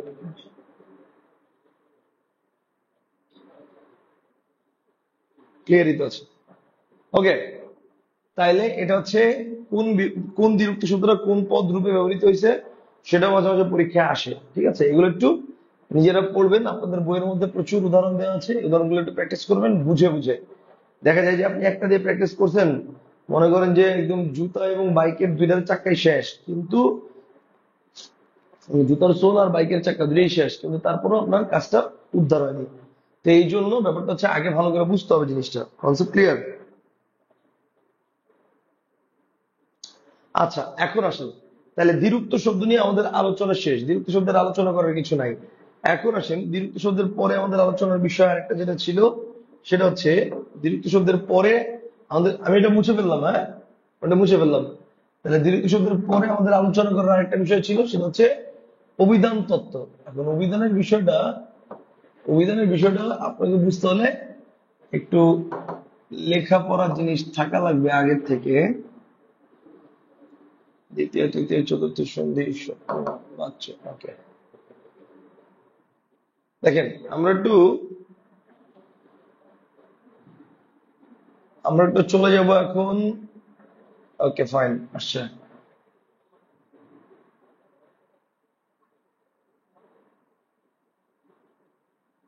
ওকে দেখেন, অভিধান ও এর বর্ণানুক্রম, আমি সরাসরি এই পয়েন্টে চলে যাচ্ছি। অভিধান ও এর বর্ণানুক্রম, আমি সরাসরি ওই পয়েন্টটাতে চলে যাচ্ছি। অভিধান ও এর বর্ণানুক্রম, এই যে দেখেন অভিধান ও বর্ণানুক্রম, আমরা অনেকগুলো প্রশ্ন সাজিয়ে রাখছি যাতে আমাদের হিসাবটা করতে সুবিধা হয়। দেখেন অভিধান ও এর বর্ণানুক্রম, এখানে অ্যাকচুয়ালি দুই ধরনের শব্দ দেওয়া আছে, দুই ধরনের শব্দ মানে দুই ধরনের সিকুয়েন্স দেওয়া আছে, সিকোয়েন্স। ঠিক আছে, একটা হচ্ছে দেখেন সাধারণ বর্ণানুক্রম। সাধারণ বর্ণানুক্রমটা কি? সরে সরে রস্বই দীর্ঘ রস্ব দীর্ঘাও রি এ ওই ও ঔ। ঠিক আছে। আর যৌগিক বর্ণটা কি? যৌগিক বর্ণ হচ্ছে সর্বগ্রাম, যেমন মনে করেন ক, ক্ষিয়, দেন হচ্ছে খ, গ, ঘ, উ, চ, ছ, জ, ঝ, ইয়, ট, ঠ, ড, এরপরে গ্যাপ। এই গ্যাপে কি বসবে পরে বলবো, ধ, ঢ এরপরে গ্যাপ, এরপরে মূর্ধন্য ত, ত এরপরে গ্যাপ, এরপর হচ্ছে থ, দ, ধ, দন্তন্য প, ফ, ব, ভ, ম, অন্তস্থীয় জ, এরপর হচ্ছে র, ল, তালব্য শ, মূর্ধন্য ষ, দন্তস্ব, হ, ডবিন্দু ঢবিন্দু অন্তস্থীয় খন্ড চন্দ্রবিন্দু। That's it. এবার আসেন, এবার হচ্ছে এই যে যেগুলো হচ্ছে আন্ডারলাইন করা, এগুলো কি? এগুলো হচ্ছে ব্যাপারটা দেখেন, এই যে ক, ক এর পরে আরেকটা বর্ণ আসবে, সেটার নাম হচ্ছে ক্ষীয়। এরপর হচ্ছে ড, ড এর পরে আসবে হচ্ছে ঢ, আর এরপরে ঢ, সরি, ড এর পরে আসবে হচ্ছে ডয় বিন্দু র, ড এর পরে আসবে হচ্ছে ডয় বিন্দু র, আর এই যে ঢ, ঢ এর পরে আসবে হচ্ছে ঢয়। কথা বুঝতে পারছেন? ঢয়ের পরে ঢয় বিন্দু র, এরপর হচ্ছে ত, ত এর পর হচ্ছে ত এর মধ্যে যেটা আছে খণ্ডত্ব, ত এর অর্ধেক রূপ খণ্ডত্ব। এরপর হচ্ছে এরপর হচ্ছে অন্তস্থীয় জয়ের মতো দেখতে আরেকটা যেটা আছে, অর্থাৎ অন্তস্থীয়, অন্তস্থীয় জয়ের মতো দেখতে যেটা আছে অর্থাৎ অন্তস্থীয়। তাহলে এই হচ্ছে আমাদের অভিধানের সিরিয়াল। অভিধানের সিরিয়ালটা কি দেখেন, সাধারণ সিরিয়ালটা কিন্তু নীল কালিতে লেখা, অর্থাৎ সরে সরে রস্বই দীর্ঘ রি এ ওই ও ও ক খ গ ঘ ঙ চ ছ জ ঝ ইয় ট ঠ ড ঢ মূর্ধন্য ত থ দ ধ দন্তন্য প ফ ব ভ ম অন্তস্থীয় জ র ল ব তা শ ম দ শ ম দ শ হ ডাবিন্দ্র ঢবিন্দ্র খণ্ডস্থীয় অন্তস্থীয় খণ্ড অনুষ্ঠিত চন্দ্রবিন্দু। শেষ। এই হচ্ছে পুরো বাংলা ব্যাকরণ। এখন বাংলা ব্যাকরণে আহ একটা একটা বর্ণানুক্রম কি সাধারণ বর্ণানুক্রম, আর আরেকটা বর্ণানুক্রমটা কি মানে আগেরটা পরে, পরেরটা আগে, পরেরটা আগে, আগেরটা পরে, এরকম হয়ে দেওয়া আছে, সেটা আপনাকে রিঅ্যারেঞ্জ করতে হবে। এখন চলেন আমরা, কেউ কেউ বলে এটা আধিক্য বুঝায়, কিভাবে কোনটা আধিক্য বুঝায়? কেউ কেউ বলেন আধিক্য বুঝায়, কোনটা আধিক্য বুঝায়? ওই যে ভয় আমার গা জ্বর জ্বর করছে, এটা না, জ্বর জ্বর করছে এটা কখনো আধিক্য হবে না, অন্য বাক্য হবে। আধিক্য যদি বুঝায় তাহলে ওটা অন্য বাক্য হবে, এই বাক্য না। আচ্ছা, এখন যেটা আমি বলতেছি সেটা দেখেন, সেটা হচ্ছে এই সাধারণ বর্ণানুক্রমটা কি এটা আমরা দেখলাম, অভিধানের বর্ণানুক্রমটা কি এটা আমরা দেখলাম। এখন প্রশ্ন হচ্ছে ভাই তাহলে আকার ও শিকার দীর্ঘার এগুলো কোথায় বসবে, বা চন্দ্রবিন্দু এর কোথায় বসবে, এই যে অনুষ্ঠ বিষয় চন্দ্রবিন্দু এগুলো কোথায় বসবে? এই খণ্ডত্ব না হয় এখানে বসে গেছে, এই অন্তস্থীয় না হয় এখানে বসে গেছে, এই ঢয়বিন্দু না হয় এখানে বসে গেছে, এই ঢয়বিন্দু না হয় এখানে বসে গেছে। দেন হচ্ছে দন্তস্ব, এই দন্তস্ব কোথায় বসবে? দন্তস্ব হচ্ছে দন্তস্ব জায়গায় বসবে। ওকে, দন্তস্ব জায়গায়, মূর্ধন্য মানে জায়গা মতো, ল জায়গা মতো, র জায়গা মতো, আর বাকিগুলো যা চেঞ্জ হচ্ছে বলছি আগে। কথা বুঝতে পারছেন? ওকে ফাইন। তাহলে এই পর্যন্ত আমাদের আলোচনা গেল হচ্ছে সাধারণ বর্ণানুক্রম, আবিধানিক বর্ণানুক্রম, এটার সিকোয়েন্স। এখন আসেন এই সিকোয়েন্সের পরে আমাদের কাজ কি? এই সিকোয়েন্সের পরে আমাদের কাজ হচ্ছে আমরা কিছু প্র্যাকটিস করব। এই সিকোয়েন্সের পরে আমাদের কাজ হচ্ছে আমরা কিছু প্র্যাকটিস করব। ওকে দেখেন, অভিধান অনুসারে অভিধান অনুসারে সাজানো হয়েছে কোন বর্ণানুক্রমটি? অভিধান অনুসারে বর্ণানুক্রমে সাজানো হয়েছে কোনটি? ওকে ফাইন, দেখেন এটা কিন্তু বাংলাদেশ হাউস বিল্ডিং ফাইন্যান্স কর্পোরেশনের কোশ্চেন, এই লাস্ট ইয়ার 2000, সরি 4-5 বছর আগে 2017 কোশ্চেন। দেখেন, খনন ক্ষতি খবর, বাঁশ বিবর্ণ বনলতা, তেল তৈয়ার তোষা, মহিম মনা মাতৃ। ওকে, আচ্ছা এখন আমি দেখতেছি যে আমার এখানে খ, ক্ষিয়, খ, তার মানে একই বর্ণ নাই। যে একই বর্ণ থাকতো তাহলে আমি সামনে আগাইতাম। এখানে দেখেন বাঁশ বাঁশ ব, মানে ব ব ব, এখানেও একই আছে, কিন্তু এরপরে একই নেই। এরপর হচ্ছে তয়কার তে, তৈকার তকার, তার মানে এটাও নাই। ঠিক আছে, তারপর এটাও নাই। এবার দেখেন তারপর হচ্ছে মুহিম মুলা, মুহিম মনা মাতৃ, মুহিম মনা মাতৃ।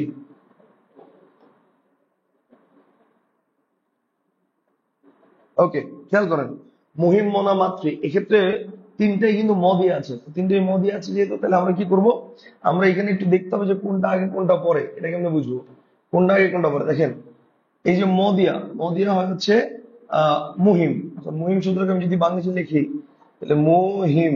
Okay fine. মনা, MONA, মনা। আর মাতৃ, MATRI, মাতৃ। তাহলে এবার খেয়াল করেন মুহিম তার মুহিম তারপর হচ্ছে মনা, আর হচ্ছে মাতৃ। Okay fine. এখন এই যে মুহিম, আপনি কিন্তু চাইলে এটাকে যে কোনো র্যাঙ্কসে দিতে পারবেন না, কারণ এটা আমার কপিরাইট করা। বুঝতে পারছেন? সেই যে মুহিম শব্দটা একটু খেয়াল করে দেখেন, এখানেও ম আছে, এখানেও ম আছে, এখানেও ম আছে, তিনটা দিয়ে যেহেতু ম আছে, তাহলে এবার ধরে নিতে হবে ময়ের পরের বর্ণ কি আছে, মানে ময়ের সাথে কিছু নেই মানে অ আছে, এখানেও কিছু নেই মানে অ আছে। স্যার এই যে মনা, মনার ক্ষেত্রেও এই যে দেখেন কিছু নেই বলে অ আছে। ওকে, মনার ক্ষেত্রেও কিছু নেই বলে অ আছে।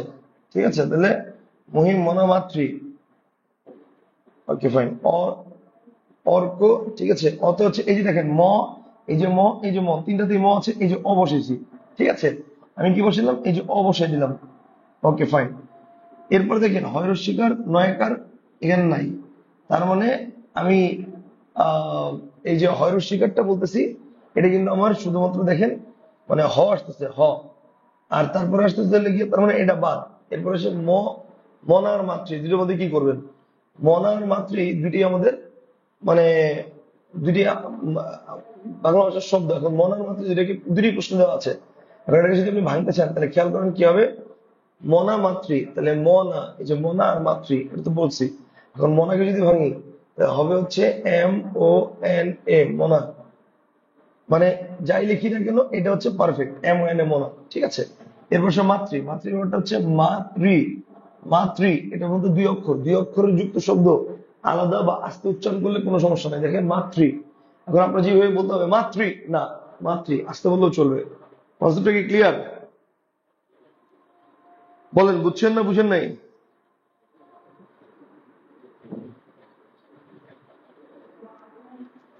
ভাইয়া সরল থেকে কিভাবে জটিল বাক্য, জটিল বাক্য থেকে কিভাবে সরল বাক্য রূপান্তর করতে হয়, এগুলোর একটা ক্লাস নিলে ভালো হয়। ভাই এগুলোর ক্লাস নেওয়া লাগবে কেন, আমি তো আপনাকে এটাই মানে বুঝাইতে পারলাম না। আমার তো দুঃখটা এই জায়গাতেই, এটা আরো অনেকেই দাবি করেছেন। ব্যাপারটা হচ্ছে এটা ক্লাস নেওয়া কেন লাগবে রে ভাই, আপনি বেসিকটা বুঝেন না, বেসিকটা ক্লিয়ার করেন না, তাহলেই তো হয়। এখানে বলছে যে মহিম মনা মাতৃ, মহিম মনা মাতৃ, মহিম মনা মাতৃ, এই যে ব্যাপারটা। এখন ওয়েট, আচ্ছা মহিমনা মাতৃ, এখানে দেখেন এই যে ম আছে, ম আছে, ম আকার আছে, তাহলে ম আগে না ম আকার আগে? আরেকবার দেখাতে বলছেন অনেকে, আরেকবার দেখাচ্ছি। ম আগে না ম আকার আগে? ম আগে। তার মানে এই দুইটা এক দুই, আর এটা যে তিন হবে এটা শিওর। ওকে, তাহলে এখন হচ্ছে মহিম আর মনা এই দুইটার মধ্যে থেকে একটা কারেক্ট অ্যান্সার। এখন এখানেও ম আছে, ম কাটা, এখানেও মানে আহ এখানেও ম আছে, এই ম কাটা, তাহলে দুটোই ম কাটা। এখানে আছে হ আর এখানে আছে ন। এখন আপনি বলেন অভিধানে কি আগে হ না আগে ন? অভিধানে আগে ন, যেহেতু আগে ন তার মানে এটা হচ্ছে এক আর এটা হচ্ছে দুই, দ্যাটস ইট। বুঝছেন না বুঝেন নাই? অর্থাৎ মনা মহিম মাতৃ এটা হচ্ছে বিকাশের সিরিয়াল অনুযায়ী পড়বে খরচ। মনা মহিম মাতৃ এটা হচ্ছে বিকাশের সিরিয়াল অনুযায়ী খরচ পড়বে। ধর বিকাশ কেন বলতেছি, অভিধানের সিরিয়াল অনুযায়ী এভাবে বসছে, বিকাশ বিকাশ বলতেছি। তাই জিনিসটা কি বুঝছেন না বুঝেন নাই? আমি আরো কয়েকটা কোশ্চেন দেখাবো, আরো কয়েকটা কোশ্চেন দেখালে জিনিসটা আরেকটু ইজি হবে। আসলে আমি আরো কয়েকটা কোশ্চেন দেখাই। দেখেন আমার এখানে বলছে আবিধানিকভাবে সাজানো শব্দত্রয় কোনটি? অমেয়, অমৃত, অম্বল, নরম নারিকেল নানা, চলতি চর্চা চাকু, 5, 25, 85। এখন আপনার কাজ কি হবে, যতক্ষণ পর্যন্ত সেম থাকে ততক্ষণ পর্যন্ত সামনে আগাতে থাকা। তাহলে দেখেন সরেও সরেও সরেও, সামনে আগান। ম ম ম। 1 মিনিট ভাই, 1 মিনিট। তাহলে ওটা হচ্ছে সরেও। 1 মিনিট, একটু লাইনে থাকেন।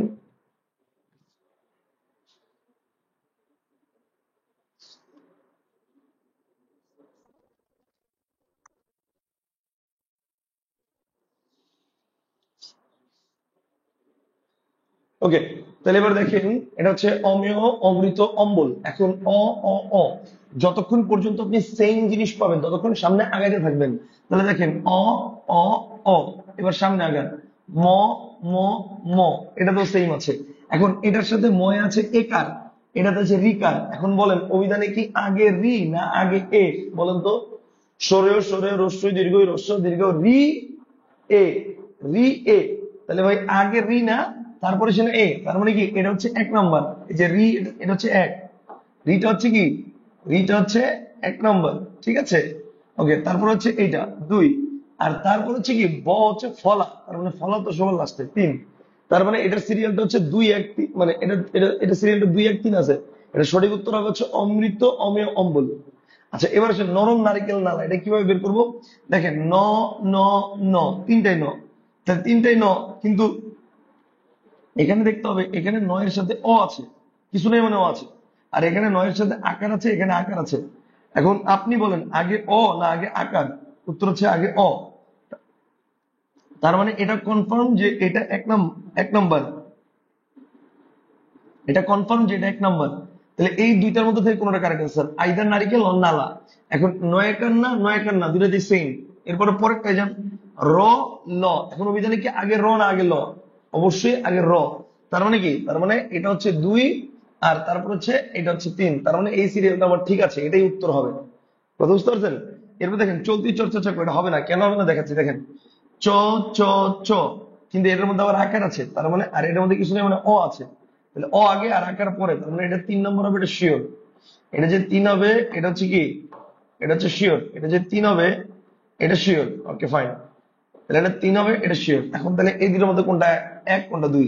চ চ মিল আছে। এবার চ এর পরে কি আছে? রেফ, চর চর চা, তাহলে রেফ, রেফ মানে র। তাহলে এখানে আছে হচ্ছে র, আর এখানে আছে ল। এখন আপনি বলেন চর্চা চলতি, দুটার মধ্যে চর্চা আগে না চলতি আগে? র আগে। আর র আগে যেহেতু, র হচ্ছে একটা মানে আলটিমেটলি বর্ণ যেটা ল এর আগে, সো তার মানে এটা হচ্ছে এই, এটা হচ্ছে 2, সরি এটা হচ্ছে 1, আর এটা হচ্ছে 2। কারণ আমাদের তো অ্যাকচুয়ালি 3 তো আগেই পেয়ে গেছি, 1 আর 2 নিয়ে ফাইট হচ্ছিল। তাহলে র আগে আর ল পরে, তার মানে হচ্ছে চর্চা চলতি চাকু, এটা হচ্ছে কারেক্ট অ্যান্সার। এবার সেন 5, 25, 85 দেখেন পয়চন্দ্রবিন্দু পয়চন্দ্রবিন্দু পয়চন্দ্রবিন্দু। ওকে, তিনটাতেই পয়চন্দ্রবিন্দু আছে। পয়চন্দ্রবিন্দু পয়চন্দ্রবিন্দু পয়চন্দ্রবিন্দু। এখন তিনটাতেই যেহেতু পয়চন্দ্রবিন্দু আছে, তাহলে সবার আগে দেখতে হবে হচ্ছে পয়চন্দ্রবিন্দুর সাথে আকার ও শিখা দীর্ঘার আছে কিনা। তাহলে আকার ও শিখা দীর্ঘার, এই যে এটা। সো এবার চিন্তা করেন অভিধানে এটা হচ্ছে প আকার আছে, আর এটা হচ্ছে শুধু পয়চন্দ্রবিন্দু। অভিধানে কি শুধু পয়চন্দ্রবিন্দু আগে বসে, নাকি মানে পয় আর চন্দ্রবিন্দু আকার আগে বসে? কোনটা আগে বসে? শুধু পয়চন্দ্রবিন্দু চন্দ্রবিন্দু এটা আগে বসে। তার মানে এটা যে 3, এটা শিওর। এখন 1 আর 2 এদের মধ্যে কোনটা কারেক্ট অ্যান্সার? 1 আর 2 এদের মধ্যে কোনটা কারেক্ট অ্যান্সার? খেয়াল করেন, দেখেন 25 আর 85 এর মধ্যে খেয়াল করেন, এই যে পয়চন্দ্রবিন্দু পয়চন্দ্রবিন্দু, এটা কাটা, কেটে দেন। চ চ কাটা, কেটে দেন। এরপর হচ্ছে আকার, এখানে রস্বীকার। এটা হচ্ছে আকার, এখানে হচ্ছে রস্বীকার। সো তার মানে এটার মধ্যে একটু ঘাপলা আছে। তার মানে যেটা আমার আগে, এই যে এটা আকার আগে, অভিধানে কি আকার আগে না রস্বীকার আগে? অবশ্যই আকার আগে। তার মানে এটা হচ্ছে আমার 1, এটা হচ্ছে 2, আর এটা তো 3 আগেই পেয়েছি, 3 নম্বর। এই সবাই কি বুঝছেন? আমি আরো উদাহরণ দিব, কোনো সমস্যা নাই। আরো উদাহরণ দিয়ে বুঝিয়ে দিব। বুঝছেন কিনা এটা হচ্ছে কথা। মিনিমাম 4টা 5টা কোশ্চেন সলভ করাবো। বুঝছেন কিনা এটা হচ্ছে কথা, এটাকে বলেন বুঝছেন কিনা। শেখর বলছে জি ভাই বুঝছি এবার। ওকে, বাকিরা? আচ্ছা দেখেন আমি পরবর্তী পয়েন্টে যাই। দেখেন আরো কিছু কোশ্চেন আমি সিলেক্ট করে রেখেছি আগে থেকে। অভিধানে কোন শব্দটি আগে বসবে? হাউস বিল্ডিং ফাইন্যান্স কর্পোরেশন এর ডাটা এন্ট্রি সেন্ট্রাল অপারেটর 2012। ঠিক আছে। আচ্ছা, এবার খেয়াল করেন, ব্যাপারটা হচ্ছে অভিধানে কোন শব্দটি আগে বসবে। ওকে, তাহলে বাংলা বাংলাদেশ কৃষি bank data entry central operator, এটা একটা। আরেকটা হচ্ছে 2023, মানে 24D1 2023, এই দুইটাতেই এই ধরনের কোশ্চেন আসছিল। এখন ব্যাপারটা হচ্ছে অভিধানে কোন শব্দটি আগে বসবে? চাঁদা, চানা, চালা, চাটি। এখন প্রথমে চিন্তা করেন, প্রথমে হচ্ছে সরেয়, সরেয়া, রস্বই, দীর্ঘই, এটা। তারপরে হচ্ছে আকার, রস্যিকার, দীর্ঘিকার, রস্যকার, দীর্ঘকার, রিকার, রিকার, একার, ঐকার, ঐকার, দেন হচ্ছে একার, ঐকার, আরেকটা হচ্ছে ঔকার, আরেকটা হচ্ছে ঔকার। ওকে ফাইন। তাহলে এই যে আরেকটা হচ্ছে ঔকার, এই যে এবার দেখেন, হ্যাঁ, ওকে। তাহলে এই যে আমরা দেখলাম হচ্ছে আকার, রসিকার, দীর্ঘার, মানে রসিকার, তারপর হচ্ছে দীর্ঘকার, রস্যকার, দীর্ঘকার, রিকার, একার। এই কটার মধ্যে এই কটার মধ্যে একটু খেয়াল করেন কোন সিরিয়ালটা আগে বসবে। এখন দেখেন, ও অভিধানের প্রথমে বসে এটা, তারপরে বসে এটা, তারপরে বসে হচ্ছে অনুস্বর, বিসর্গ, চন্দ্রবিন্দু, তারপরে বসে মঙ্গলসূত্র, তারপরে বসে হচ্ছে গলায় মঙ্গলসূত্র, আর তারপর হচ্ছে কন্যা বিদায়, আশীর্বাদ সূচক কথাবার্তা শেষ। তাহলে এবার দেখেন, অভিধানে কি আগে আকার, রসিকার, দীর্ঘিকার, নাকি আগে হচ্ছে অনুস্বর, বিসর্গ, চন্দ্রবিন্দু? বলেন। আগে হচ্ছে অনুস্বর, বিসর্গ, চন্দ্রবিন্দু। তার মানে অনুস্বর, বিসর্গ, চন্দ্রবিন্দু, এটা যেহেতু পরে আকার, রসিকার, তার মানে আগে আমার দেখতে হবে চ, চ এর পরে আকার, রসিকার, তারপরে চন্দ্রবিন্দু। তাহলে এখন এইটা এবং এইটা, এই দুইটা আমার আগে হবে, এটা শিওর, কারণ এটা আগে। তারপরে হচ্ছে চয়াকার, চয়াকার, কিন্তু এটার মধ্যে কোনো রসিকার মানে চন্দ্রবিন্দু বা অন্য কিছু নাই। এখন দেখেন, তাহলে এই দুইটার মধ্যে কোনটা আগে, এটা একটু বের করি। চাঁদা আর চাটি, এই দুইটার মধ্যে কোনটা আগে? একটু ভাবেন, চাঁদা আর চাটির মধ্যে কোনটা আগে? সিম্পল বিষয়, দেখেন এটাও কিন্তু চয়াকার চা সেম, এটাও চয়াকার চা সেম। তাহলে এটা হচ্ছে দ, এটা হচ্ছে ট। তাহলে কে মানে ইয়া কম, মানে কি বলে, মানে দ আর ট, এই দুইটার মধ্যে আগে কে বসে? দ আর ট এর মধ্যে আগে কে বসে? কারেক্ট আনসার হচ্ছে দ বসে, সরি কারেক্ট আনসার হচ্ছে ট বসে। কারেক্ট আনসার কি বসে? ট। ট ঠ ড ঢ মূর্ধন্য ত থ দ, তাহলে ট আগে বসে। তার মানে চাটি এটা হচ্ছে 1 নম্বর, আর চাঁদা এটা হচ্ছে 2 নম্বর। এবার চাটলা আর চাণক্য, সরি চানা আর চালা, চানা আর চালা। এখন দেখেন, চয়কার চা, চয়কার চা, সেই মিল আছে। পরেরটায় চলে যান, ন আর ল। অভিধানে কে আগে বসে? ন না ল? অভিধানে আগে বসে হচ্ছে মানে দন্ত ন। ঠিক আছে। তাহলে এবার দেখেন, দন্ত ন আগে আছে, তার মানে এটা হচ্ছে 3 আর এটা হচ্ছে 4। সিম্পল বিষয়। অর্থাৎ কারেক্ট আনসার হচ্ছে এখানে দেওয়া হচ্ছে যে সিরিয়ালটা, সিরিয়ালটা দেওয়া হচ্ছে 1 2 3 4, অর্থাৎ 2 3 4 1, এই সিরিয়াল দেওয়া আছে।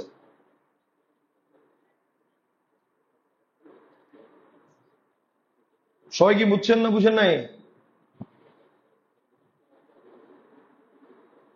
ওকে, তাহলে এটা গেল হচ্ছে অভিধানের অভিধানের শব্দ নির্ণয়। আমরা আরো দিয়ে একটা কোশ্চেন একটু সলভ করে আসেন। দেখেন, এখানে বলছে নির্দোষ, নির্দ্বন্দ্ব, নির্দ্বিধা, নির্দ্বন্দ্ব, নির্দোষ, নির্দ্বিধা, নির্দ্বিধা, নির্দোষ, নির্দ্বন্দ্ব, নির্দোষ, নির্দ্বিধা, নির্দ্বন্দ্ব। Okay fine.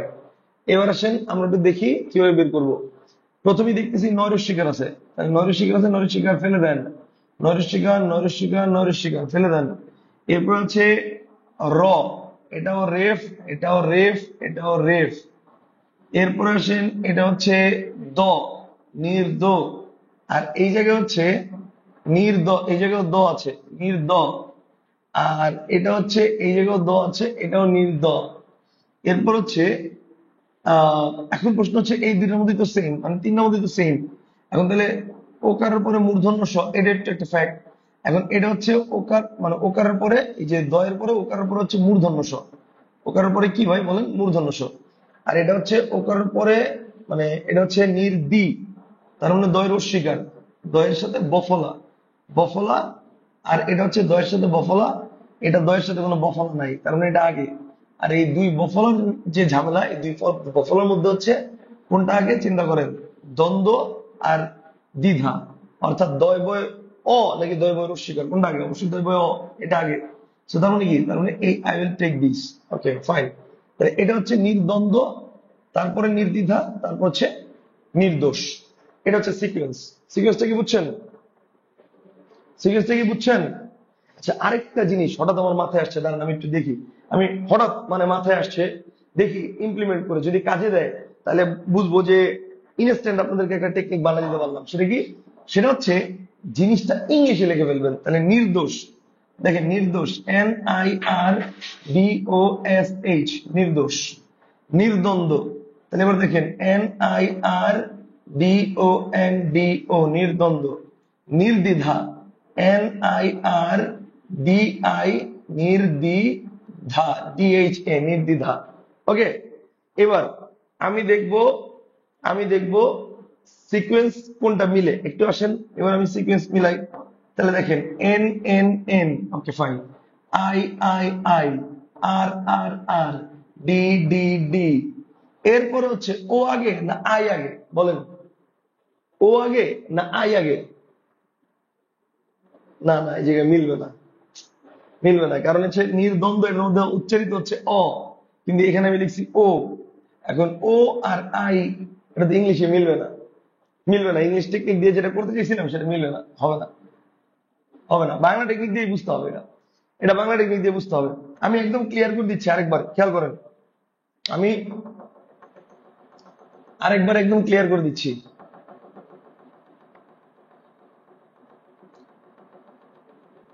হ্যাঁ দেখেন, নির্দোষ, নির্দ্বন্দ্ব, নির্দ্বিধা। আপনার কাজ কি হবে? প্রথমে দেখেন আমি একদম কেটে দিই, কেটে কেটে দিলে জিনিসটা ভালো বুঝবেন। দেখেন এটাও হচ্ছে নৈরস্বীকার, এটাও নৈরস্বীকার, এটাও নৈরস্বীকার। এই তিনটা দেখি নৈরস্বীকার, নৈরস্বীকার, নৈরস্বীকার আছে না? সো এই জায়গার এই নৈরস্বীকারটা সবার আগে, ও না, এটা তো আমার এইভাবে কেটে যাবে। কত যন্ত্রণা রে ভাই, হাইলাইটার কই? এই যে এটা, এটা দিয়ে দেখাই। ওকে, তাহলে প্রথমে হচ্ছে এই নৈরস্বীকারের যেটা, এটা বাদ। এরপরে এটাও নৈরস্বীকার, এটা বাদ। এরপরে এই নৈরস্বীকার, এটাও বাদ। ওকে, এরপর হচ্ছে দোষ, দ্বন্দ্ব আর দ্বিধা, তিনটার মধ্যে কে আগে বসে? দেখেন এটা হচ্ছে রেফ আছে, এই জায়গায়ও রেফ, এই জায়গায়ও রেফ, তার মানে রেফের হিসাবে বাদ। এরপরে দ ওকার, এটা হচ্ছে দ ওকার, আর এটা হচ্ছে দ বফলা, আর এটা হচ্ছে দ বফলা রস্বীকার। এখন আপনি বলেন আগে মানে দ দ দ দ এর কাজ শেষ, এবার আগে ও না আগে বফলা, না আগে বফলা, কোনটা আগে? অবশ্যই ও। তার মানে এটা হচ্ছে 1 নম্বর। এরপরে দেখেন, এরপর হচ্ছে বফলা আছে, তাহলে এটাও বফলা, এটাও বফলা। এখন বফলার পরে এটা দেখি, বফলার পরে এটাতে হচ্ছে মানে নির্দ্বন্দ্ব, বফলার পরে হচ্ছে এই যে দন্তন্য, তারপর হচ্ছে আহ দ ব, আর এখানে হচ্ছে বফলার পরে রস্বীকার। তাহলে বফলার পরে দন্তন্য আগে না বফলার পরে রস্বীকার আগে? ডেফিনেটলি বফলার পরে, এই বফলার পরে এখানে একটা অ আছে না, এই দ ও আছে, তাহলে অ আগে, অ তারপরে সেটা রস্বীকার। তার মানে এটা হচ্ছে 2 আর এটা হচ্ছে 3। Concept clear?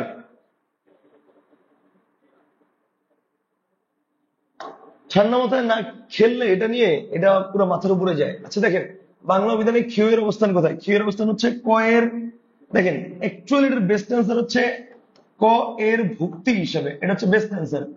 ক এর ভুক্তি হিসেবে এটা হচ্ছে বেস্ট অ্যান্সার, কিন্তু যেহেতু এটা নাই, সো বেস্ট অ্যান্সার এখন এখানে অপশন অনুযায়ী ক এর পরে এটাই দিবেন, কিছু করার নাই। বাট অ্যাকচুয়ালি বেস্ট অ্যান্সার হচ্ছে ক এর ভুক্তি হিসেবে। আচ্ছা,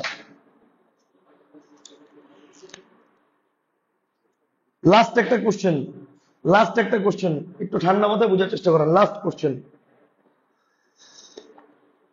আলহামদুলিল্লাহ। ওকে, খেয়াল করেন, দেখেন ঘুটা ঘুটনি ঘুঘু ঘুমুর, ঘুটা ঘুটনি ঘুঘু ঘুমুর, খেয়াল করেন এখানে আছে ঘ, ওকে ফাইন, এখানে ঘ, এখানেও ঘ, আচ্ছা এখানেও ঘ, আচ্ছা এখানেও ঘ। তাহলে ঘ পর্যন্ত সব সেম, তাহলে আমি পরেরটাই যাই।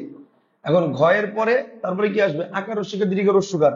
এখন এই যে এখানেও রস্যকার, এখানেও রস্যকার, এখানেও রস্যকার, এখানেও রস্যকার, সবগুলো দিয়ে রস্যকার।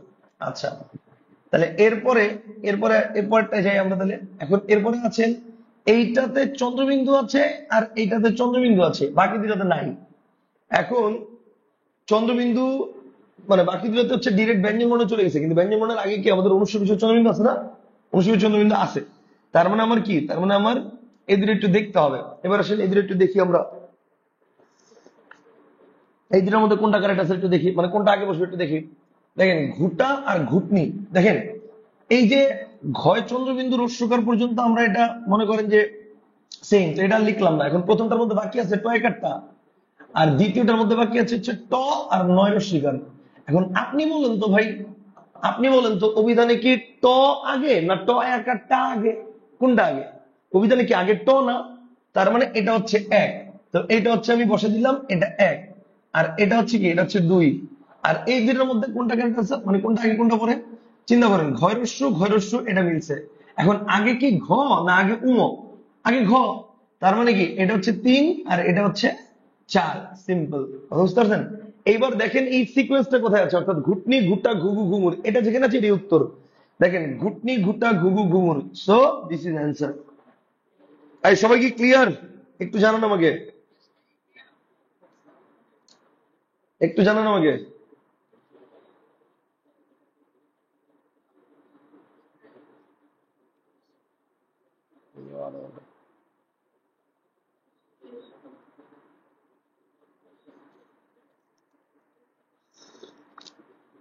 বুঝছেন না বুঝেন নাই?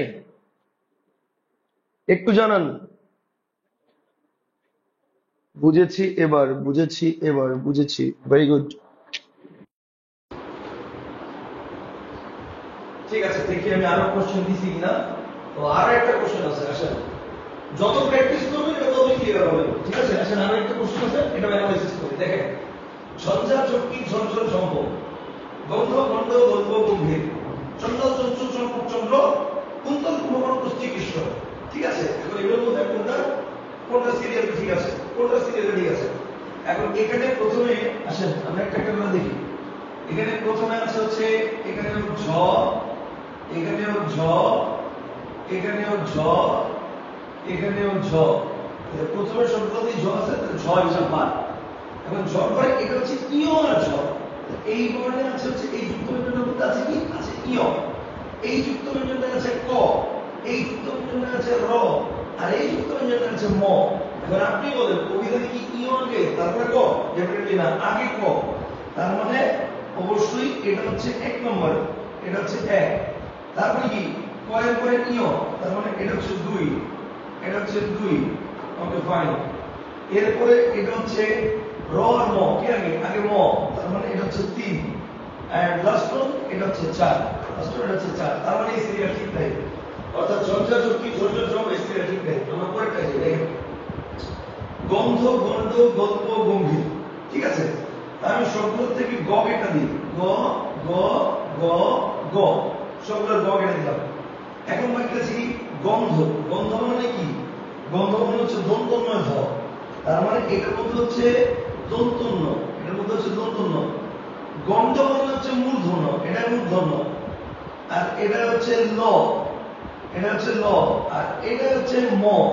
এবার আপনি বলেন অভিধানের ন, মূর্ধন্য, ল আর ম, এই চারটার মধ্যে কোনটা আগে? আগে অবশ্যই মূর্ধন্য, টটর মূর্ধন্য। সো তার মানে এটা এক। তারপর হচ্ছে দন্তন্য দুই, তারপর হচ্ছে অপম তিন, হ্যাঁ, তারপর হচ্ছে জনলব চারটা। তার মানে এক দুই তিন চার, এই সিরিয়াল মিলে নেই। তার মানে এটাও মিলে নেই, পরেরটা যেতে হবে। তার মানে এটাও মিলে নেই, পরেরটায় যেতে হবে। চন্দ্রবিন্দু যুক্ত শব্দগুলো কি আগে আসবে? হ্যাঁ। আচ্ছা, এরপরে চন্দ্র চঞ্চু চম্পক চন্দ্র, চন্দ্র চঞ্চু চম্পক চন্দ্র। খেয়াল করেন এখানে যেগুলো যেগুলো আমার মিল থাকবে এগুলোকে ফলাই দিতে হবে। দেখেন চ চ চ চ, তাহলে চ ফলাই দিলাম। এবার দেখেন এখন চন্দ্রের মধ্যে আমরা এখানে হচ্ছে মূর্ধন্য, এটা এটা হচ্ছে ইয় চ, এটা হচ্ছে কি অ্যাকচুয়ালি সিও কি ও চম্পক, চম্পক বলছিলাম। আচ্ছা, তাহলে ব্যাপারটা হচ্ছে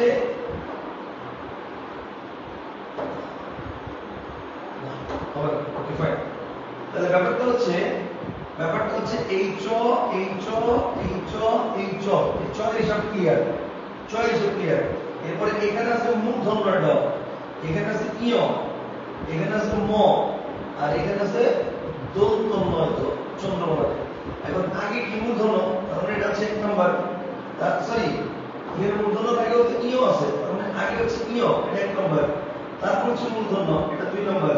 তারপর হচ্ছে দন্তন্য, এটা তিন নাম্বার। তারপর হচ্ছে চার নাম্বার চম্পক। ঠিক আছে, তাহলে এটাও সিরিয়াল ঠিক নেই, দুই এক চার তিন আসছে, এটাও সিরিয়াল ঠিক নেই। এবার দেখি লাস্টেরটা দেখেন কুন্তল পুনর্বর্ণ কুস্তি কৃষ্ণ। দেখেন প্রথমে এটা হচ্ছে কৈরস্যু, এরপরে এটাও কৈরস্যু, এটাও কৈরস্যু, আর এটা কয় রিকার। এবার আপনি বলুন তো কবিতা দেখে আগে কয় রস্যুকার না আগে কয় রিকার বলো তো? আকার রস্যুকার দীর্ঘকার রস্যুকার দীর্ঘকার রিকার একার রস্যুকার দীর্ঘকার রিকার, তারপরে রস্যু দীর্ঘ, তারপর হচ্ছে রিকার, তাই না? তারপরে রিকার যেহেতু আছে তার মানে এটা 4 বেশি হবে, বাকিগুলো সিরিয়ালটা ঠিক দেখতে হবে ঠিক আছে কিনা।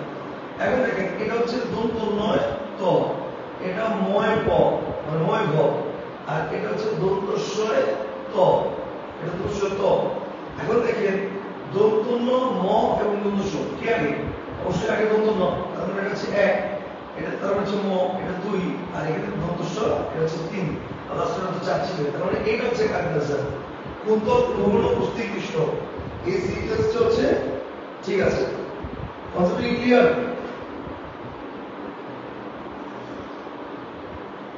ভাই বুঝছেন নাকি বুঝছেন না একটু জানান।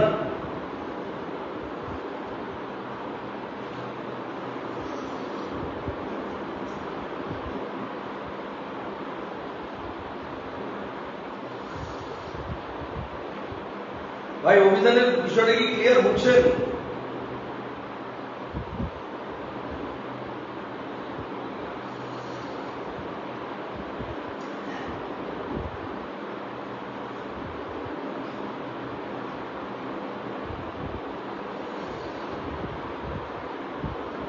অভিধানের বিষয়টা কি ক্লিয়ার হয়েছে বুঝছেন কিনা জানাবেন তো ভাই, কি আশ্চর্য।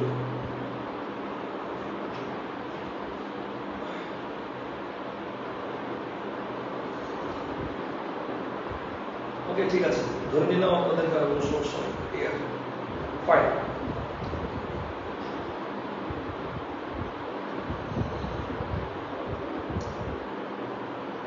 ওকে ফাইন ঠিক আছে, ধরে নিলাম বুঝছো। তাহলে আসেন এবার আমরা চলে যাব ছন্দ, কবিতার ছন্দ নির্ণয়। ঠিক আছে, কবিতার ছন্দ এটাই হচ্ছে আমাদের শেষ আলোচনা আজকের মতো। এটা যদি করি স্যার শব্দ হচ্ছে ফ্যানের মনে হয়, কিন্তু ফ্যান অফ করে দিলে তো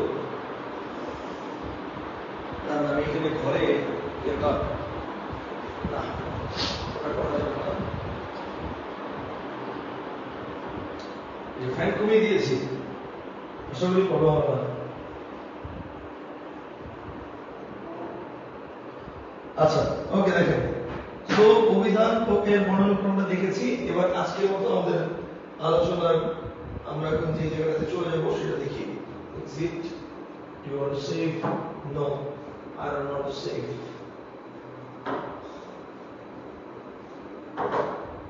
ওকে, লাস্ট পয়েন্টটি আমরা আলোচনা করবো আজকের ক্লাসে, এবং সেটা হচ্ছে ছন্দ, মানে কবিতার লাইন দেখে কিভাবে আমরা ছন্দ বের করবো। ওকে, খুব সিম্পল বিষয়। আসলে প্রথম কথা হচ্ছে আপনাকে ছন্দ নির্ণয়ের জন্য তিনটা বিষয় মাথায় রাখতে হবে। 1 নম্বর অক্ষর সম্পর্কিত জ্ঞান, 2 নম্বর হচ্ছে ছন্দ সম্পর্কিত জ্ঞান, 2 নম্বর ছন্দ সম্পর্কিত জ্ঞান, আর 3 নম্বর হচ্ছে মাত্রার মান। এই তিনটা যদি আপনার মাথায় থাকে তাহলে আপনি কবিতার মাত্রা সহজে বের করতে পারবেন। ঠিক আছে, এখন আসেন যে প্রথমে আমরা আসছি 1 মিনিট। ওকে, প্রথমে আমরা আসছি অক্ষর সম্পর্কিত জ্ঞান নিয়ে। আমার মনে হয় এটা আপনাদেরকে পড়ানোর দরকার নেই, আমি ধ্বনিতত্ত্ব অধ্যায়ে খুব ডিটেইলসে আলোচনা করছিলাম। অক্ষর কি জিনিস, অক্ষর কত প্রকার, স্বরান্ত অক্ষর কোনটা, মুক্তাক্ষর কোনটা, বদ্ধাক্ষর কোনটা। আমি জাস্ট তাও আরেকবার একটু রিভাইজ করে দিই। অক্ষর কি? অক্ষর হচ্ছে এক নিঃশ্বাসে একটি শব্দ যত বংশে একবার উচ্চারণ করা যায়। বাট আমার একটা টেকনিক ছিল, সেটা হচ্ছে ভাওয়েল সিস্টেম, এসএমএস সিস্টেম আমরা লিখবো বাংলিশে, লেখার পরে যেগুলো হবে সেগুলো অক্ষর, তবে দুইটা ভাবে পাশাপাশি বসলে এক অক্ষর। ঠিক আছে, মনে আছে নিশ্চয়ই। আর এই অক্ষর ছিল 2 প্রকার, একটা হচ্ছে মুক্তাক্ষর, একটা হচ্ছে বদ্ধাক্ষর। একটা মুক্তাক্ষর, একটা কি, একটা হচ্ছে বদ্ধাক্ষর। মুক্তাক্ষরটা হচ্ছে যেটা লাস্টে ভাওয়েল থাকবে, আর বদ্ধাক্ষর হচ্ছে যেটা লাস্টে কনসোনেন্ট থাকবে। যেটা লাস্টে কনসোনেন্ট থাকবে বদ্ধাক্ষর, যেটা লাস্টে ভাওয়েল থাকবে মুক্তাক্ষর। Okay fine. আর মুক্তাক্ষরের সাইন হচ্ছে এরকম, মুক্তাক্ষরের সাইনটা হচ্ছে ইউনিয়নের মতো, মুক্তাক্ষরের সাইন হচ্ছে ইউনিয়ন। আর বদ্ধাক্ষরের সাইন হচ্ছে আন্ডারস্কোর। বদ্ধাক্ষরের যে সাইন এটা হচ্ছে আন্ডারস্কোর। ঠিক আছে, তাহলে এটা গেল হচ্ছে অক্ষর নিয়ে আলোচনা। এবার হচ্ছে ছন্দ। ছন্দ নিয়ে আলোচনা করতে গেলে কি হবে? ছন্দ এটা মানে মনে করেন যে প্রথমত যে জিনিসটা একটু মাথায় রাখতে হবে আমাদের, সেটা হচ্ছে ছন্দ জিনিসটাকে। এখন ছন্দ আপনারা যেটা ভাবেন যে ছন্দ হচ্ছে মনে করেন কবিতাটা কোন স্পিডে পড়তে হবে, ঠিক আছে, বা কবিতাটা মিলায় মিলা পড়লাম ছন্দ, ব্যাপারটা আসলে এরকম না।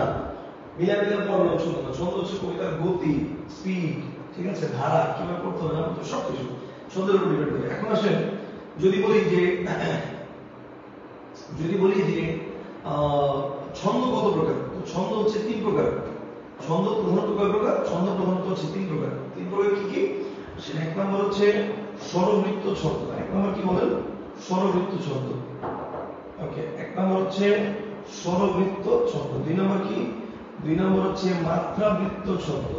আর 3 নম্বর হচ্ছে অক্ষরবৃত্ত ছন্দ। 3 নম্বর হচ্ছে অক্ষরবৃত্ত ছন্দ। ঠিক আছে, তাহলে স্বরবৃত্ত, মাত্রাবৃত্ত, অক্ষরবৃত্ত, 3টা ছন্দ আছে। আচ্ছা, এবার আমি এই 3টা সম্পর্কে একটু সংক্ষেপে বলি। 3টা ছন্দ সম্পর্কে সংক্ষেপে বলি। স্বরবৃত্ত ছন্দ কোনটা? স্বরবৃত্ত ছন্দ হচ্ছে যে ছন্দটা আপনাকে একটু দ্রুত গতিতে পড়তে হবে, সেটা হচ্ছে স্বরবৃত্ত ছন্দ। বুঝতে পারছেন? যে ছন্দটা কি করতে হবে বলেন? আপনাকে একটু দ্রুত গতিতে পড়তে হবে, সেটা কি? সেটা হচ্ছে স্বরবৃত্ত ছন্দ। যেমন মনে করেন হাট্টিমা ডিম টিম তারা মাঠে করে ডিম, তাদের খেলাধুলো সিং তারা হাট্টিমা ডিম টিম। ঠিক আছে, অথবা মনে করেন নডন নডন বাইরাগুলি জোর বেঁধেছে, ওপারে দিয়ে ছেলে মেয়ে রাইতে নেমেছে, দুই ধারে দুই কাপড় ভেসে উঠেছে, কে দেখেছে দাদা দেখেছে, দাদা হাতে কলম ছিল ছুড়ে মেরেছে, বল করে গেছে। এটা কি ছিল? এটা হচ্ছে স্বরবৃত্ত ছন্দ। কনসেপ্টটা কি ক্লিয়ার? স্বরবৃত্ত ছন্দ জিনিসটা কিনা বুঝছেন আসলে? অর্থাৎ একটু দ্রুত গতির ছন্দ, যে বাংলাদেশের রণসঙ্গীত, চল চল চল, ঊর্ধ্ব গগনের মাঝে মাথা অল, নিম্নে উত্তর ধরণী তল, অরুণ পাতের তরুণ দল, চলনে চলনে চল, একটু দ্রুত গতিতে পড়তে হয়। এটা কি? এটা হচ্ছে স্বরবৃত্ত ছন্দ। মাত্রাবৃত্ত ছন্দ কোনটা? মাত্রাবৃত্ত ছন্দ হচ্ছে একটু ধীর গতিতে পড়তে হয়। আপনাদের একটা কবিতা আছে, শুনছেন?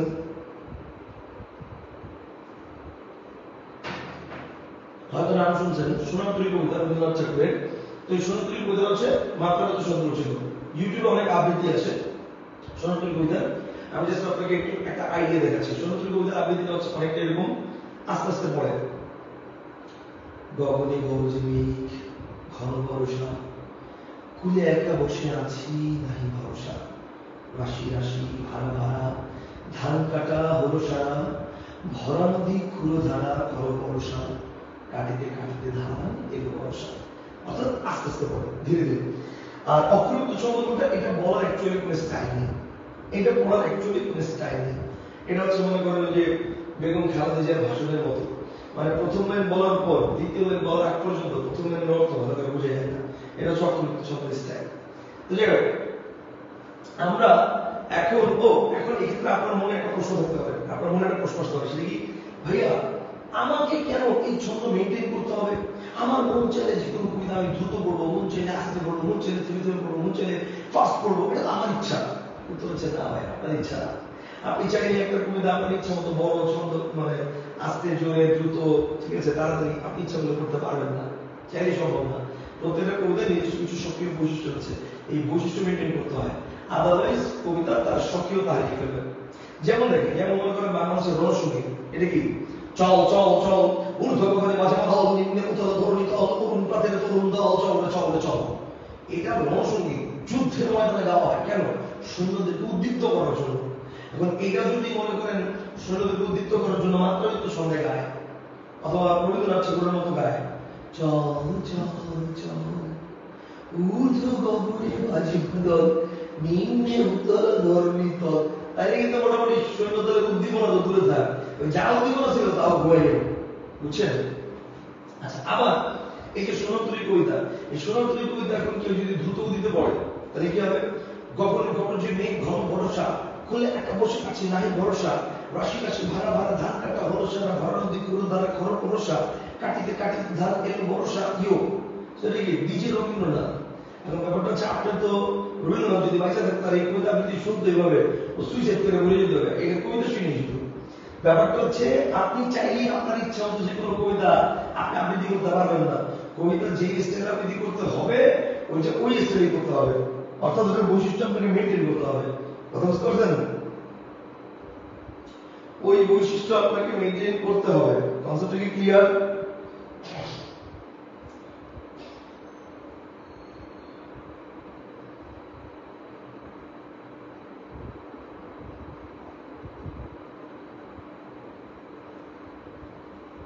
ওকে ফাইন, এই পর্যন্ত কি ক্লিয়ার? বেহারুল ভয় বলছে সংস্থার ক্লাস 3 জন করতেছে, দুনিয়া কোন দিকে যাচ্ছে। না না, ব্যাপারটা হচ্ছে এই গ্রুপের ক্লাস শেষ হয়ে গেছে অনেকদিন আগে। তারপরে একটা ক্লাসের ডিমান্ড ছিল, সেই ক্লাসটা মানে একটা ক্লাস ডিমান্ড ছিল বলতে এখানে একটা টপিক পড়ানো হয়নি, আমার মিস ছিল, আর একটা টপিকের ডিমান্ড ছিল। সবগুলো মিলে হচ্ছে আমরা আজকে একটা ক্লাস নিয়েছি প্রায় 1.5 মাস পরে। গ্রুপে এমনিতেই ইনঅ্যাক্টিভিটি মানে অ্যাক্টিভিটি খুব একটা নাই বললেই চলে, তো সেই কারণে অনেকেই চিন্তা করছে ঠিক আছে সবাই ক্লাস নিয়ে নিই, পরে আমরা করতে শিখব এই জন্য। আর ম্যাক্সিমাম ক্লাস তো নেওয়া হয়ে গেছে। কি নয়েজ হইতেছে? কথা ক্লিয়ার না?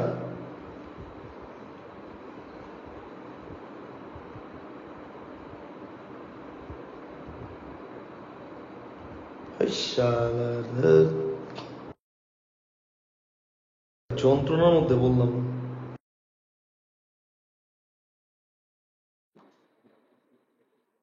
এখন দেখেন তো ঠিক আছে কিনা?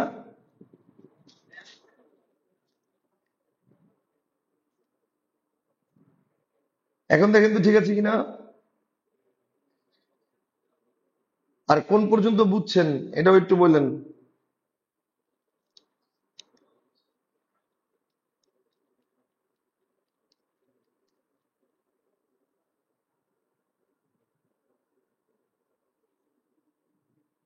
আচ্ছা, কোন পর্যন্ত বুঝছেন, কোন পর্যন্ত বুঝছেন এটা একটু বললেন।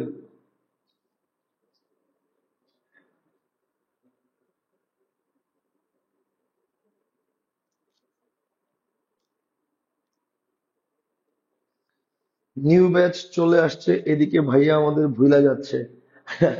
না না না, এটা ভুল কথা, আমি আসলে কাউকে ভুলি না। আবার মনে করেন যে আহ, আবার মনে করেন যে চাপা যে মারবো যে আমি সবসময় আপনাদের মনে করি, ব্যাপারটা তেমনও না। আসলে সবসময় ব্যাপারটা হচ্ছে মানুষ সবসময় প্রেজেন্ট নিয়ে থাকতে পছন্দ করে এবং ফিউচার নিয়ে থাকতে পছন্দ করে। অতীত মানুষ সবাই ভুলে যায়, যেটা পাস্ট সেটা পাস্ট। এখন ব্যাপারটা হচ্ছে আপনি আপনার সবসময় সামনের দিনে কি করবেন সেটার জন্য চিন্তা করবেন, আপনি তো আর আপনার অতীত নিয়ে চিন্তা করবেন না, তাই না?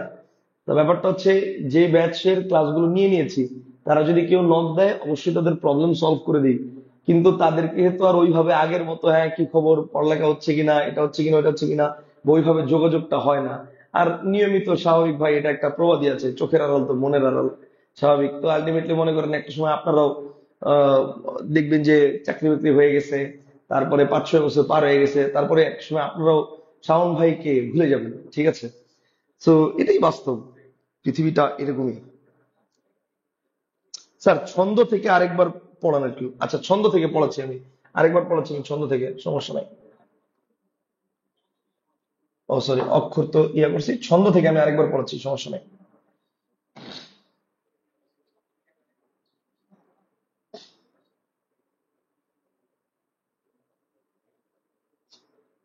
আচ্ছা ওকে ফাইন, তাহলে শেখর সরকার ভাই না ভুলবো না।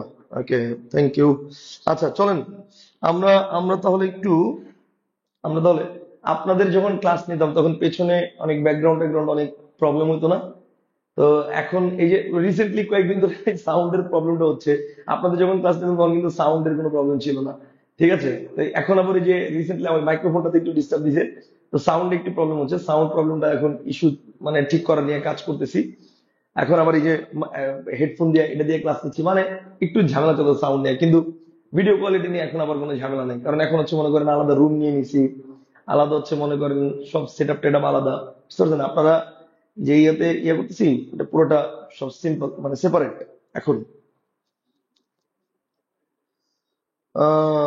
ওকে ফাইন, আসেন তাহলে আমরা ছন্দ থেকে আরেকবার একটু দেখি। ছন্দ, ছন্দ জিনিসটা কি? ছন্দ হচ্ছে কবিতার প্রাণ।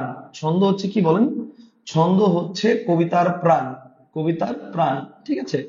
আচ্ছা, এখন ছন্দ কত প্রকার? ছন্দ প্রধানত হচ্ছে 3 প্রকার। এক নম্বর হচ্ছে স্বরবৃত্ত ছন্দ, 2 নম্বর হচ্ছে মাত্রাবৃত্ত ছন্দ, আর 3 নম্বর হচ্ছে অক্ষরবৃত্ত ছন্দ। স্বরবৃত্ত, মাত্রাবৃত্ত, অক্ষরবৃত্ত, 3টা ছন্দ আছে, ঠিক আছে? এখন স্বরবৃত্ত কোনটা? স্বরবৃত্ত ছন্দ হচ্ছে যেটা আমরা ছোটবেলা পড়তাম, ছড়ার ছন্দ যেটাকে বলা হয়, কি ছন্দ? যেটাকে বলা হয় ছড়ার ছন্দ, সেটাকে বলে স্বরবৃত্ত ছন্দ। ঠিক আছে, এখন ছড়ার ছন্দ জিনিসটা কি? দেখেন, ছড়ার ছন্দ জিনিসটা কি? ছড়ার ছন্দ জিনিসটা হচ্ছে এরকম, দেখেন এই যে, আস্তে, হ্যাঁ ওকে। ছড়ার ছন্দ জিনিসটা হচ্ছে এরকম, এটা একটু দ্রুত গতিতে পড়তে হয়। এটা একটু কিভাবে পড়তে হয়? দ্রুত গতিতে। আপনি খেয়াল করে দেখেন, যেমন মনে করেন এই যে আহ গগনে গরজে, সরি, যেমন মনে করেন এই যে আপনাদের কি বলে, উম এই যে ছোটবেলায় কবিতাগুলো পড়তেন না, ডন ডন ডন পায়রাগুলি জোটন বেঁধেছে, ও পারেতে ছেলে মেয়ে নাইতে নেমেছে, দুই ধারে দুই রুই কাতলা ভেসে উঠেছে, কে দেখেছে কে দেখেছে, দাদা দেখেছে, দাদার হাতে কলম ছিল ছুঁড়ে মেরেছে, ও বড্ড লেগেছে। এরকম আরো যা যা ছিল, যেমন হাট্টিমা টিম টিম, তারা মাঠে পারে ডিম, তাদের খারাপ দুটো সিং, তারা হাট্টিমা টিম টিম, এগুলো যা ছিল দ্রুত গতিতে পড়তেন না। আম পাতা জোড়া জোড়া মারবো চাবুক চড়বো ঘোড়া, ওরে বাবু সরে দ্বারা আসছে আমার পাগলা ঘোড়া, পাগলা ঘোড়া খেপেছে, চাবুক ছুঁড়ে মেরেছে। দ্রুত গতিতে পড়তেন না। ইভেন বাংলাদেশের রণসঙ্গীত দেখেন, চল চল চল, ঊর্ধ্ব গগনে মাঝে মাদল, নিম্নে উতল ধরণী তল, অরুণ পাতের তরুণ দল, চল রে চল রে চল। দ্রুত গতিতে পড়তেছেন কেন? বিকজ এগুলো হচ্ছে স্বরবৃত্ত ছন্দে লেখা। আচ্ছা, মাত্রাবৃত্ত ছন্দ কোনটা? এটা একটু ধীর গতিতে পড়তে হয়, ধীর গতি। ঠিক আছে, মাত্রাবৃত্ত ছন্দ ধীর গতিতে পড়তে হয়। যেমন মাত্রাবৃত্ত ছন্দের একটা কবিতা আছে, সোনার তরী কবিতা, রবীন্দ্রনাথ ঠাকুরের। কবিতাটার আবৃত্তি অনেক সুন্দর করে ইউটিউবে দেওয়া আছে, বাট আমি জাস্ট আপনাদেরকে একটা ডেমো দেখাচ্ছি বোঝানোর জন্য যে মাত্রাবৃত্ত ছন্দটা মানে আকৃতিটা বা আবৃত্তিটা কেমন। অনেক ধীরে পড়তে হয়। যেমন গগনে গরজে মেঘ, ঘন বরষা, কুলে একা বসে আছি নাহি ভরসা, রাশি রাশি ভাড়া ভাড়া, ধান কাটা হলো সারা, ভরা নদী ক্ষুরো ধারা, খর পরশা, কাটিতে কাটিতে ধান এলো বর্ষা। এটা হচ্ছে রবীন্দ্রনাথ ঠাকুরের স্টাইল। এমনি হচ্ছে আস্তে আস্তে, সন্তরী আস্তে আস্তে। আর অক্ষরিত ছন্দ, এটা অক্ষরিত ছন্দ অ্যাকচুয়ালি পড়ার কোনো স্টাইল নেই। এটা হচ্ছে মনে করেন একটা বেগম খালেদা জিয়ার ভাষণের মতো, মানে প্রথম লাইন বলার পর দ্বিতীয় লাইন বলার আগ পর্যন্ত পুরো লাইনের অর্থ কি এটা বোঝা যায় না, এরকম। এখন কথা হচ্ছে এই স্বরবৃত্ত মাত্রাবৃত্ত অক্ষরিত জিনিসটা কি, এটা আমরা বুঝছি। এখন প্রশ্ন হচ্ছে, ভাই কবিতা আমার মন চায়, যেভাবে মন চায় আমি সেভাবে আবৃত্তি করবো, মানে আমার কেন স্বরবৃত্ত ছন্দের কবিতা দ্রুতই পড়তে হবে? আমি স্বরবৃত্ত ছন্দের কবিতা কি মন মন চাইলে আস্তে পড়তে পারবো না? আবার আমি মাত্রাবৃত্ত ছন্দের কবিতা কেন আমার আস্তেই পড়তে হবে? আমার মন চাইলে আমি দ্রুত পড়তে পারবো না? উত্তর হচ্ছে না, পারবেন না। কারণ প্রতিটা কবিতার কিছু সক্রিয় বৈশিষ্ট্য আছে।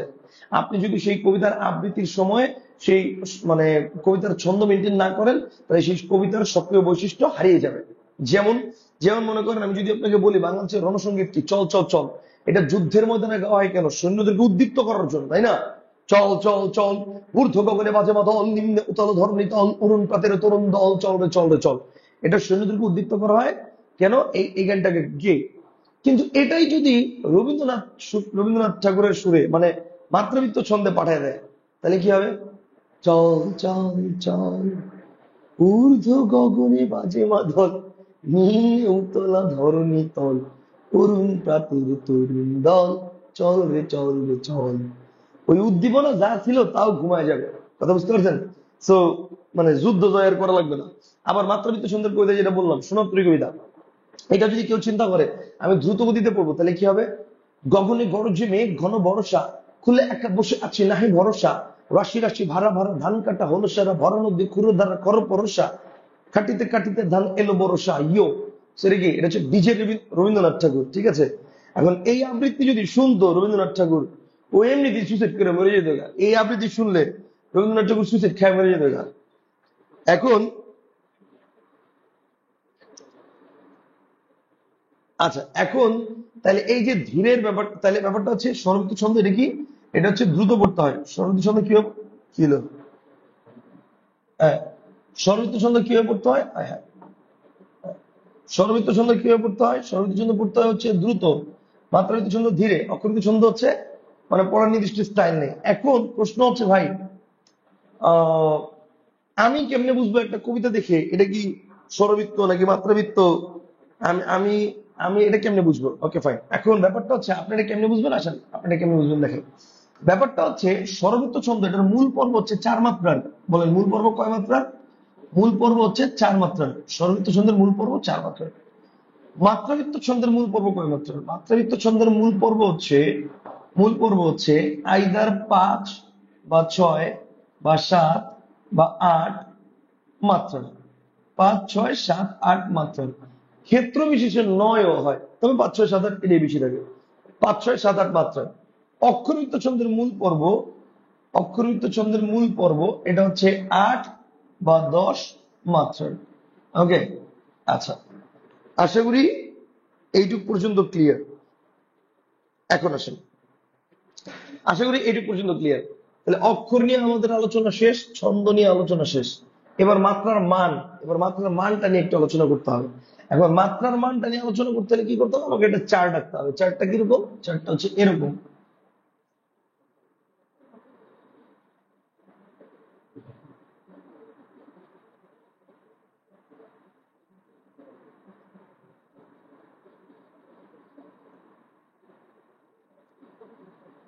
ওকে, এরকম একটা চার্ট করতে হবে, ঠিক আছে। অর্থাৎ এটা হচ্ছে সৌরবৃত্ত, সরি, হ্যাঁ ঠিক আছে, এটা হচ্ছে সৌরবৃত্ত, এটা হচ্ছে মাত্রাবৃত্ত, আর এটা হচ্ছে অক্ষরবৃত্ত। সৌরবৃত্ত, মাত্রাবৃত্ত, অক্ষরবৃত্ত। এটা হচ্ছে পূর্ণমাত্রা, এটা হচ্ছে পূর্ণমাত্রা, আর এটা হচ্ছে অর্ধমাত্রা। দূর কি বলি, এটা হচ্ছে মুক্তাক্ষর, এটা হচ্ছে বদ্ধাক্ষর। এটা হচ্ছে মুক্তাক্ষর, আর এটা হচ্ছে বদ্ধাক্ষর। That's it. এরকম একটা চার্ট করে ফেলেন সবাই। হ্যাঁ, এরপর আসেন, এখন যেটা শিখাবো মনে রাখবেন, এটা রিমেইন কনস্ট্যান্ট, এটা কখনো চেঞ্জ হয় না। স্বরবৃত্ত ছন্দে মুক্তাক্ষরে এক মাত্রা, বদ্ধাক্ষরে এক মাত্রা। স্বরবৃত্ত ছন্দে, মাত্রাবৃত্ত ছন্দে মুক্তাক্ষরে এক মাত্রা, বদ্ধাক্ষরে 2 মাত্রা। অক্ষরবৃত্ত ছন্দে মুক্তাক্ষরে এক মাত্রা, কিন্তু বদ্ধাক্ষরে কয় মাত্রা সেটা ডিপেন্ড করে বদ্ধাক্ষরটা কোথায় আছে তার উপর। যদি বদ্ধাক্ষরটা শুরুতে থাকে, যদি বদ্ধাক্ষরটা কোথায় থাকে, শুরুতে, তাহলে এক মাত্রা। যদি মাঝে থাকে তাহলেও এক মাত্রা। যদি শেষে থাকে, যদি শেষে থাকে তাহলে 2 মাত্রা।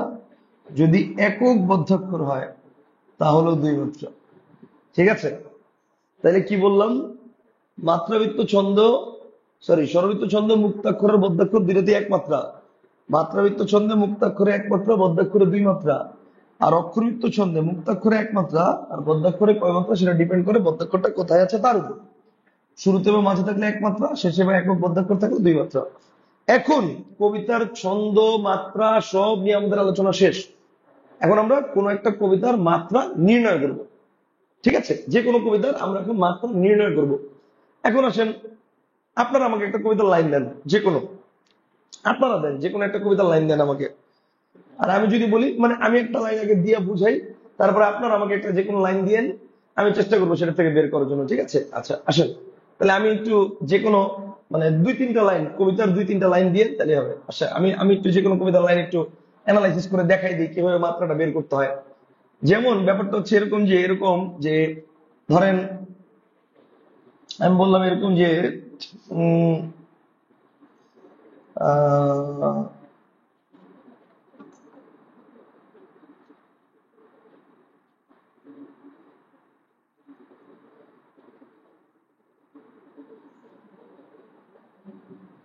আচ্ছা খেয়াল করেন, দেখেন আমি কবর কবিতাটাই দেখাই। এইখানে তোর দাদির কবর ডালিম গাছের তলে, খেয়াল করেন, এইখানে তোর দাদির কবর, এইখানে তোর দাদির কবর ডালিম গাছের তলে, ডালিম গাছের তলে 30 বছর ভিজিয়ে রেখেছি 2 নয়নের জলে। ঠিক আছে, ওকে ফাইন। তাহলে আমি এইখানে তোর দাদির কবর ডালিম গাছের তলে, এই কবিতার লাইনটিতে যদি প্রশ্ন করা হয় যে এটা কোন ছন্দ, মানে মানে এটার মাত্রা বিন্যাসটা কি, এটার মাত্রা বিন্যাস কি 6+6+6+2, নাকি 4+6+4+6, নাকি 4+4+4+2, নাকি আহ নাকি হচ্ছে 6+4+6+4, কোনটা? ধরেন প্রশ্ন আসছে এরকম, তো এরকম একটা প্রশ্ন করছে। এখন এটা আমরা কিভাবে বের করবো, এইখানে তোর দাদির কবর ডালিম গাছের তলে, আমার প্রথম কাজ হবে কি, আমার প্রথম কাজ হবে হচ্ছে এটা থেকে অক্ষর বের করা। এখন অক্ষর বের করতে হলে কি করতে হয়, আমাকে বাংলিশ করতে হয়। তাহলে দেখেন আমি আগে আপনাকে একটু বাংলিশ করে দেখাচ্ছি। ধরেন এইখানে, তাহলে ই আই, এই K H A N E, এইখানে। ওকে, তোর, TOR তোর, দাদির DADIR দাদির, কবর KOBOR কবর, ডালিম DALIM ডালিম, গাছের GACHER গাছের, তলে TOLE তলে। এইখানে তো দাদির কবর, ডালিম গাছের তলে। ওকে, এখন আমার কাজ হচ্ছে ভাই প্রথমে অক্ষর বের করলাম, এখন অক্ষরের মধ্যে কোনটা মুক্তাক্ষর কোনটা বদ্যাক্ষর এটা বের করতে হবে। এখন এটা কিভাবে বের করবো আসেন আমরা একটু দেখি। দেখেন দেখেন এই এই থেমে গেছি না, সেটা কি? এটা হচ্ছে বদ্যাক্ষর, এই এটা হচ্ছে বদ্যাক্ষর। এই এটা হচ্ছে বদ্যাক্ষর, বদ্যাক্ষর যেহেতু তার মানে কি বদ্যাক্ষর সাইন হচ্ছে এইটা। এরপর দেখেন খা, লাস্টে ভাওয়েল আছে, মুক্তাক্ষর। নে, এই খা নে, ঠিক আছে, লাস্টে ভাওয়েল আছে, মুক্তাক্ষর। তোর, তোর লাস্টে কনসোনেন্ট আছে, বদ্যাক্ষর। দা দীর, খেয়াল করেন, দা দীর, সো দা ভাওয়েল আছে, মুক্তাক্ষর, দীর কনসোনেন্ট আছে, বদ্যাক্ষর। কবর, ক বর, ক ভাওয়েল আছে, মুক্তাক্ষর, বর কনসোনেন্ট আছে, বদ্যাক্ষর। ডালিম, ডা লিম, ডা ভাওয়েল আছে, মুক্তাক্ষর, লিম কনসোনেন্ট আছে, বদ্যাক্ষর। গাছের, গা ভাওয়েল আছে, মুক্তাক্ষর, ছের কনসোনেন্ট আছে, বদ্যাক্ষর, মানে লাস্টে। তলে, তলে দুটি মুক্তাক্ষর, শেষ। ওকে, এই যে ডিস্ট্রিবিউশনটা করছি এই ডিস্ট্রিবিউশনটা বুঝছেন কিনা সেটা বলেন।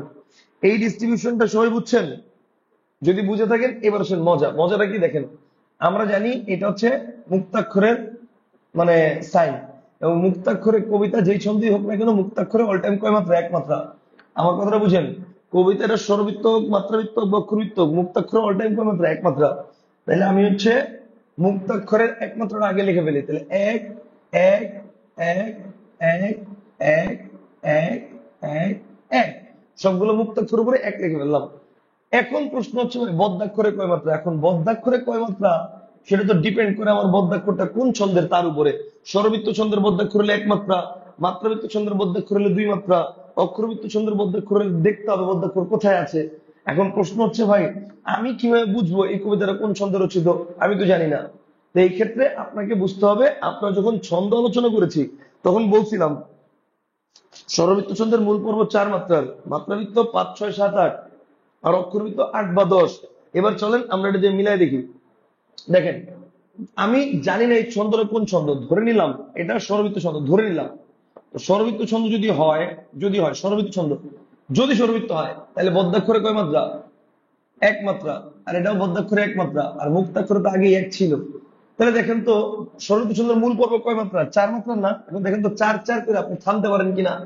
1 2 3 4, 1 2 3 4, থামছে? থামছে, ওকে ফাইন। 1 2 3 4 থামছে। এরপর দেখেন এখানে এক মাত্রা, এখানে এক মাত্রা, এখানে এক মাত্রা, এখানেও এক মাত্রা, এখানে এক মাত্রা, এখানেও এক মাত্রা, আবার এখানে দুই। এখন দেখেন স্বরবৃত্ত ছন্দ এটা কিন্তু দ্রুত গতিতে পড়তে হয়। এখন এই কবিতা কিন্তু আপনি দ্রুত গতিতে পড়েন না। এইখানে তোর দাদির কবর ডালিম গাছের তলে এভাবে পড়েন না, ঠিক আছে? এটা হচ্ছে মায়া মমতা সমৃদ্ধ কবিতা, হচ্ছে আস্তে পড়েন আপনি। এইখানে তোর দাদির কবর ডালিম গাছের তলে, 30 বছর ভিজিয়ে রেখেছি দুই নয়নের জলে, এতটুকু তারে ঘরে এনেছিল সোনার মতন মুখ, পুতুলের বিয়ে ভেঙে গেল বলে কেঁদে ভাসাই তবু। আরো বিশাল বড় কবিতা, একটা সময় পড়ে পারতাম। তো ব্যাপারটা হচ্ছে এই যে এই কবিতার ক্ষেত্রে আপনি মানে স্বরবৃত্ত ছন্দের যে বৈশিষ্ট্য সেই বৈশিষ্ট্যটা মেনটেন করতে পারতেছে না, সেটা বাদ। এবার আসেন আমি যে কি মাত্রাবৃত্ত ছন্দ হয় কিনা। এখন মাত্রাবৃত্ত ছন্দ তো হয় 5 6 7 8 অনেকগুলা। এখন 5 দেওয়া হয় কিনা দেখি। দেখেন এক, ও মাত্রাবৃত্ত ছন্দের কথা আছে। মাত্রাবৃত্ত ছন্দে বদ্যাক্ষরে সবসময় কয় মাত্রা? মাত্রাবৃত্ত ছন্দে বদ্যাক্ষরে সবসময় দুই মাত্রা না? তাহলে 2 2 2 2 2 2। Okay fine. দেখেন তাহলে এবার মাত্রাবৃত্ত ছন্দে যদি মানে হয় 5 7 6 7 8 চারটের একটা বসবে। 2 3 4 5, 5 এসে থামলাম। সরি 2 3 4 5 6, 6 এসে থামলাম। Okay fine 6। আবার 1 2 3 4 5 6, আবার 6 এসে থামলাম। 1 2 3 4 5 6, আবার 6 এসে থামলাম। আর অপূর্ণ মাত্রা সেটা হচ্ছে 2। তার মানে এই কবিতাটা অ্যাকচুয়ালি হচ্ছে 6 প্লাস 6 প্লাস 6 প্লাস 2 এই ছন্দ রচিত। That's it. এই কবিতা হচ্ছে এই ছন্দ রচিত, অর্থাৎ এই যে এটা কারেক্ট অ্যান্সার, এটা হচ্ছে কারেক্ট অ্যান্সার। বলেন বুঝছেন না বুঝেন নাই? এটা কেমনে বের করছি বুঝছেন? অর্থাৎ এটা প্রথমে আমি ধরে নিছি আন্দাজে। আন্দাজে কি ধরছি? প্রথমে ধরে নিচ্ছি সরবৃত্ত। সরবৃত্ত হয় না, তাহলে মাত্রাবৃত্ত। এখন মাত্রাবৃত্ত সঙ্গে কোন মাত্রা? হয় 5 মিলে 6 মিলে 7 মিলে 8।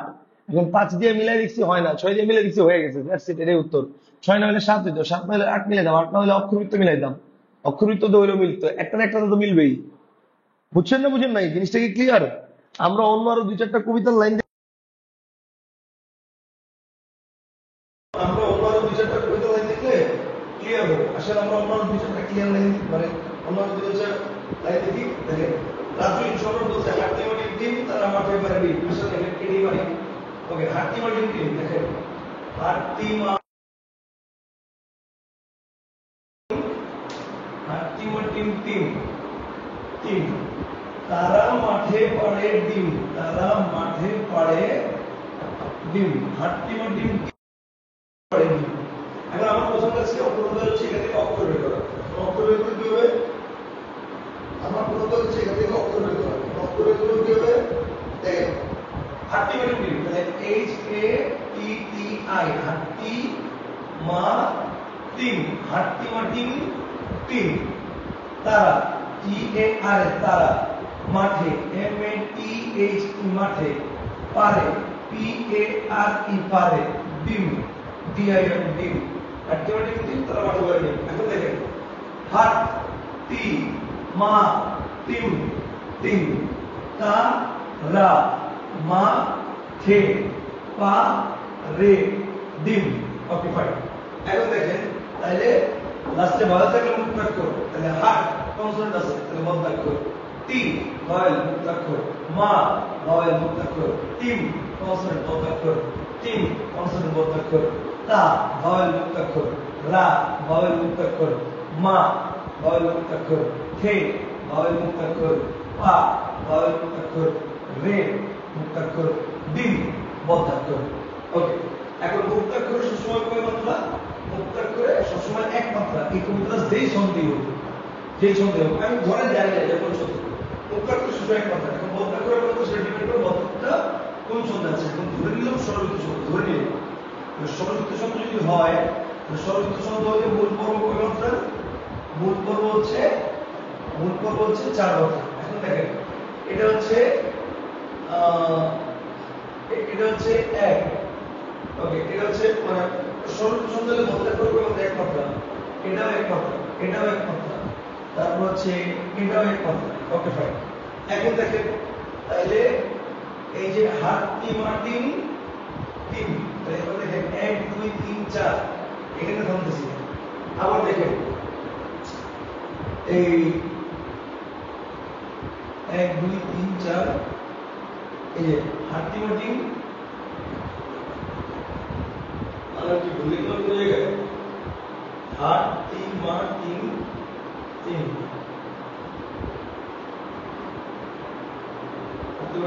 ঠিক আছে।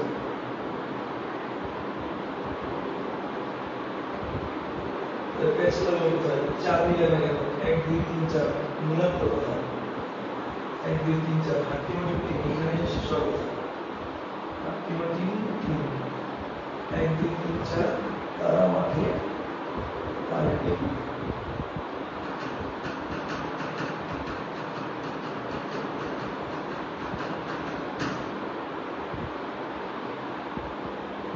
আচ্ছা ওকে, সরলতার সঙ্গে মিলতেছে না আমার। আমি যদি সরলতার সঙ্গে না মিলে বলতেছি, জোর করে নেওয়ার দরকার নাই। আমরা সরলতার সঙ্গে যদি মিলে বলতেছি না, আমরা একটু চেষ্টা করি এটাকে অন্য সঙ্গে মিলাবো। মানে সরলতার সঙ্গে যদি মিলাতে চাই, তাহলে আমার 4 4 করে থামতে হয়। 1 2 3 4, 1 2 3 4 4 এসে এখানে থামবে। এখানে তো আমি থামবো। আমি কি জায়গায় মাঝখানে থামতে পারবো না। আমি এটা সরলতার সঙ্গে বাদ দিই। আমি একটু অন্য সঙ্গে দিয়ে ট্রাই করি। অন্য সঙ্গে যেহেতু মধ্যাক্ষরগুলোর উপরে মাত্রাগুলো আমি কেটে দিই। আমি চেষ্টা করি দেখি এটা মাত্রাবৃত্ত শূন্য হয় কিনা, একটু চেষ্টা করি মাত্রাবৃত্ত শূন্য হয় কিনা। মাত্রাবৃত্ত শূন্যের মূল পর্ব কয় মাত্রা? মাত্রাবৃত্ত শূন্যের মূল পর্ব হচ্ছে 5 6। মাত্রাবৃত্ত শূন্যের মূল পর্ব হচ্ছে 5 6 7 বা 8 মাত্রা। এবং মাত্রাবৃত্ত শূন্যের মধ্যাক্ষর 2 মাত্রা 2 মাত্রা 2 মাত্রা 2 মাত্রা। এবার সাথে দেখে পেয়ে দেখেন 2 3 4 5 6 7 8। Okay fine. 2 3 4 5 6 7 8, यस 8 প্লাস 8 মাত্রই তো সুন্দর শুধু আলটিমেটলি তারা মাঠে পড়ে ডিম পরের লাইনে দেখবেন তাদের খারাপ দুটো সিং তাদের খারাপ দুটো সিং দেখবেন এটাও কিন্তু দেখবেন 8 মাত্রায় আসছে দেখেন তাদের দেখেন তাদের খারাপ দুটো সিং সেভাবে দেখেন যে 1 1 1 1 1 2 2 দেখবেন 8 মাত্রায় হবে 1 2 3 4 5 6 7 8 হ্যাঁ 9 1 2 3 4 5 6 7 8 9 এই 2 3 4 5 6 7 8 2 3 4 5 6 7 8 মানে 8 মাত্রায় 8 প্লাস 8 হবে 8 প্লাস 8 হবে আলটিমেটলি তারা মাঠে পড়ে ডিম তাদের খেলা দুটো সিং এই লাইনের মধ্যে 9 মাত্রা হয়তো কবিতার ওই লাইনটা স্পেসিফিক মানে ভাবে রচিত না স্পেসিফিক রচিত বলতে হচ্ছে মাত্রার মান বেশি আছে এক মাত্রা বেশি আছে প্রত্যেক লাইনের মধ্যে যে মানে এটা মেইনটেইন করছে এটা বাধ্যতামূলক না বুঝছেন তবে কবিতার লাইন যেটা পরীক্ষা আসবে সেটা যেটা মূল লাইন সেটাই আসবে অর্থাৎ মনে করেন যেটা মিলবে ওটাই পরীক্ষা আসবে যেমন আমি আপনার আরেকটা কবিতা লাইন দিই একটা পরীক্ষা ছিল তুমি আসো নাই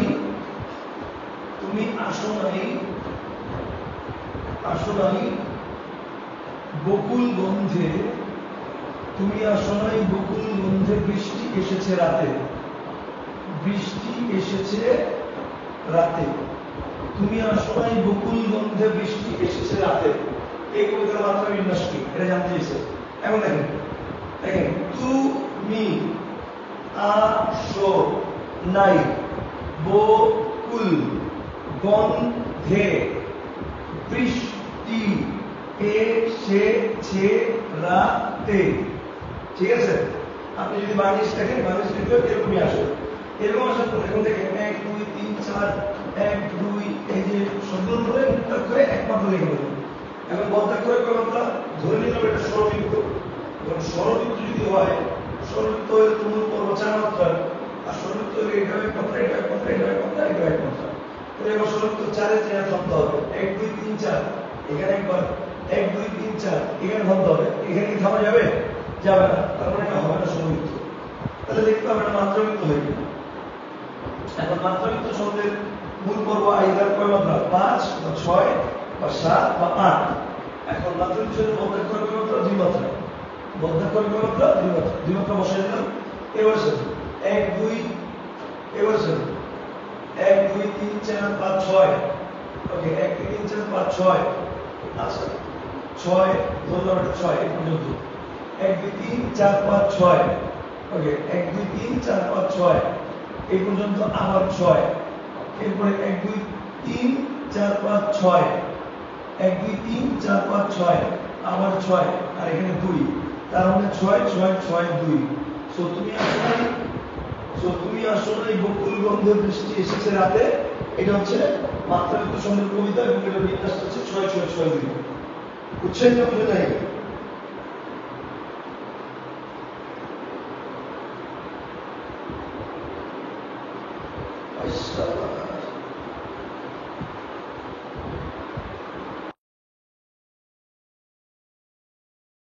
কেমনটা লাগে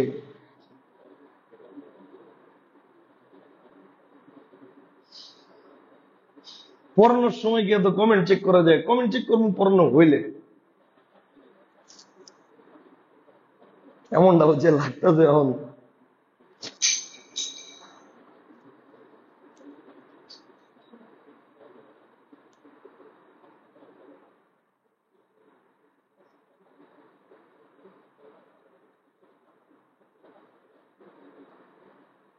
আচ্ছা কোন পর্যন্ত শুনছেন এটা বলেন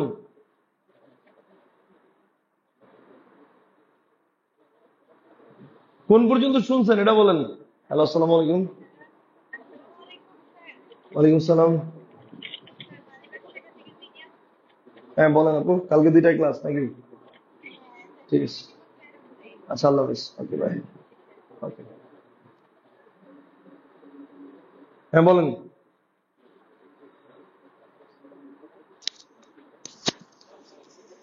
আচ্ছা, 1 মিনিট একটু লাইনে থাকেন, একটু লাইনে থাকেন তো।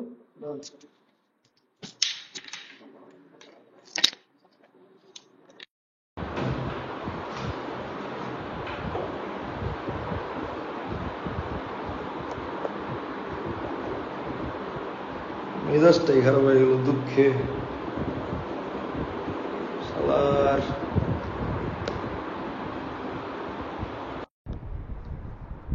এবার একটু দেখেন তো সাউন্ডটা ঠিক আছে কিনা, এবার একটু চেক করেন তো সাউন্ডটা।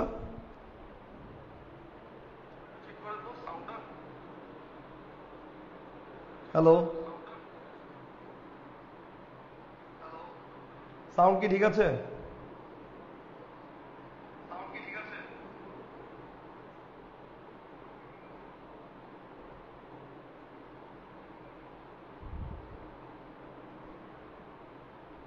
একটু জানাবেন সাউন্ড কি ঠিক আছে কিনা।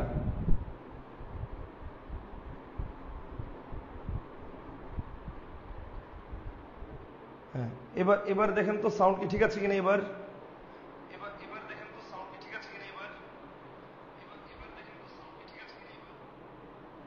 আমি সাউন্ড বাড়িয়ে দিয়েছি, আমার এখান থেকে সাউন্ড বাড়িয়ে দিয়েছি।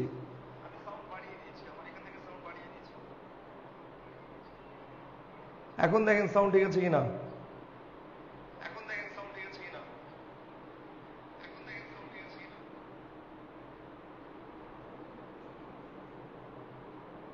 Okay fine.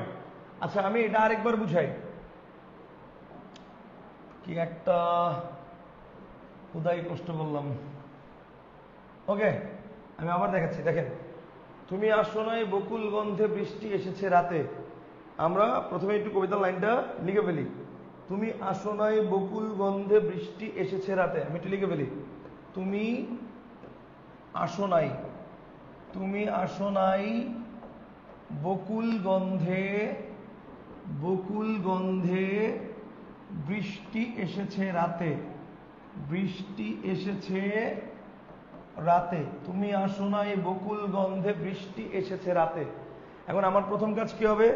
আমার প্রথম কাজ হবে হচ্ছে এখান থেকে কি করা, মানে বাংলিশ করা। তাহলে খেয়াল করেন, তুমি আসো মানে অক্ষর বের করা। তাহলে খেয়াল করেন, এখানে দেখেন তুমি, মানে আমি এখান থেকে হচ্ছে অক্ষর বের করতেছি। দেখেন তুমি দুটি মুক্তাক্ষর।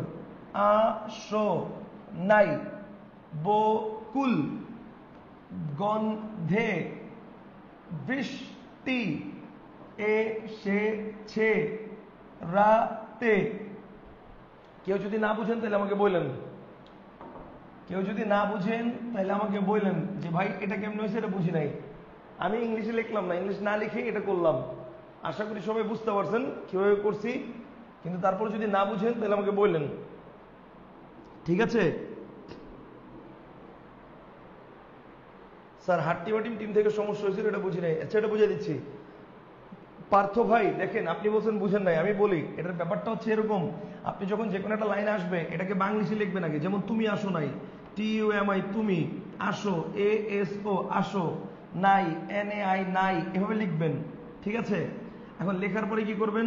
লেখার পরে হচ্ছে আপনি এটার মধ্যে দেখবেন যে মানে এটার মধ্যে হচ্ছে আপনি ইয়া করবেন, এটা কি বলে, মুক্তাক্ষর বদ্ধাক্ষর আলাদা আলাদা করবেন। এখন মুক্তাক্ষর বদ্ধাক্ষর আলাদা আলাদা কিভাবে করবেন দেখেন।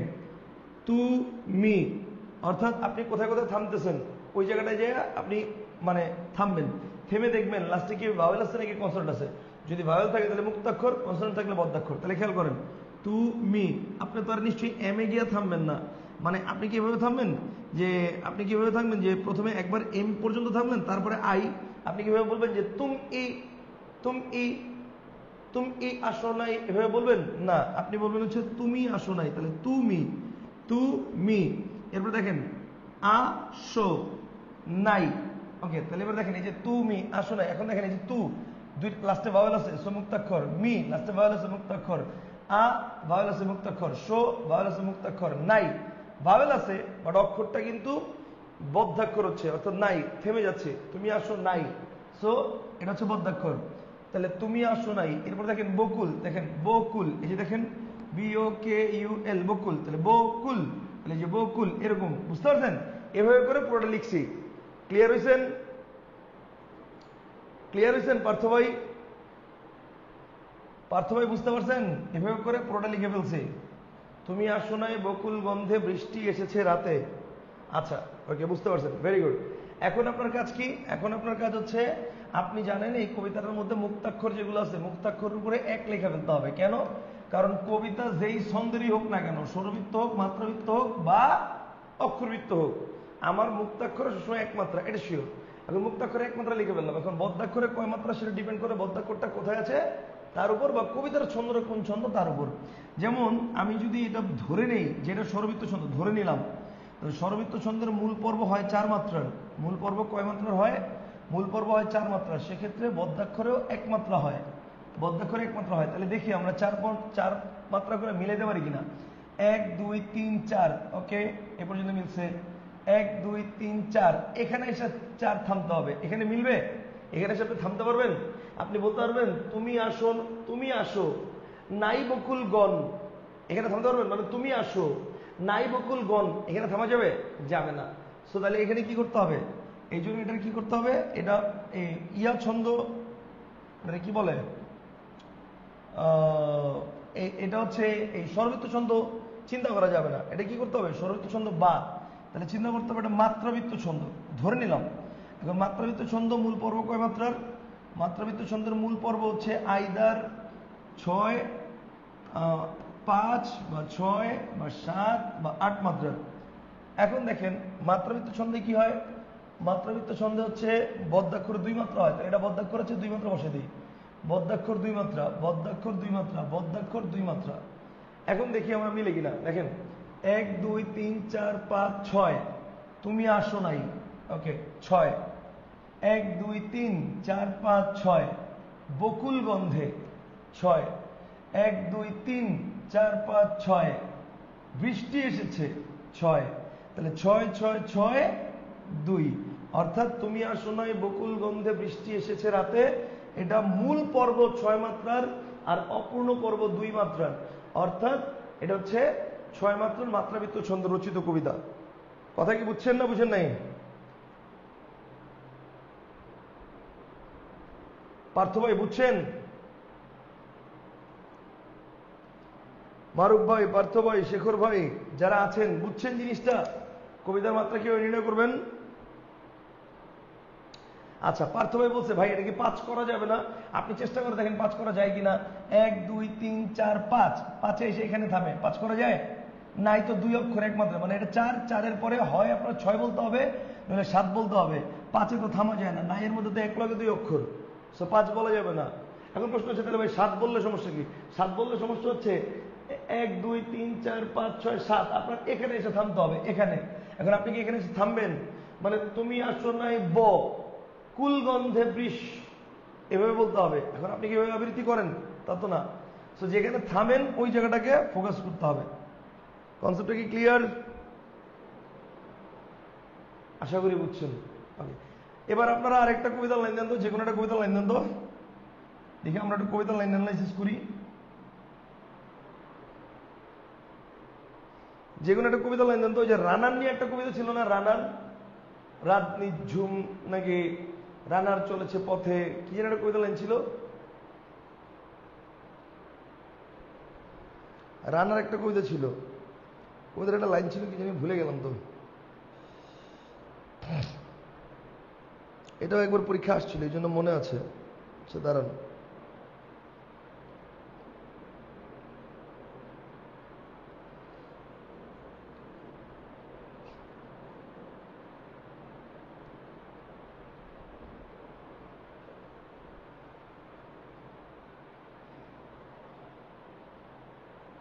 হ্যাঁ, এই যে রানার ছুটেছে তাই ঝুমঝুম ঘন্টা বাজছে রাতে, রানার চলেছে খবরের বোঝা হাতে। Okay fine. দেখেন এটাই ধরুন আমি করলাম, রানার ছুটেছে, খেয়াল করেন, রানার ছুটেছে, রানার ছুটেছে তাই ঝুমঝুম, রানার ছুটেছে তাই ঝুমঝুম, রানার ছুটেছে তাই ঝুমঝুম, ঘন্টা বাজছে, ঘন্টা বাজছে রাতে, রানার ছুটেছে তাই ঝুমঝুম ঘন্টা বাজছে রাতে।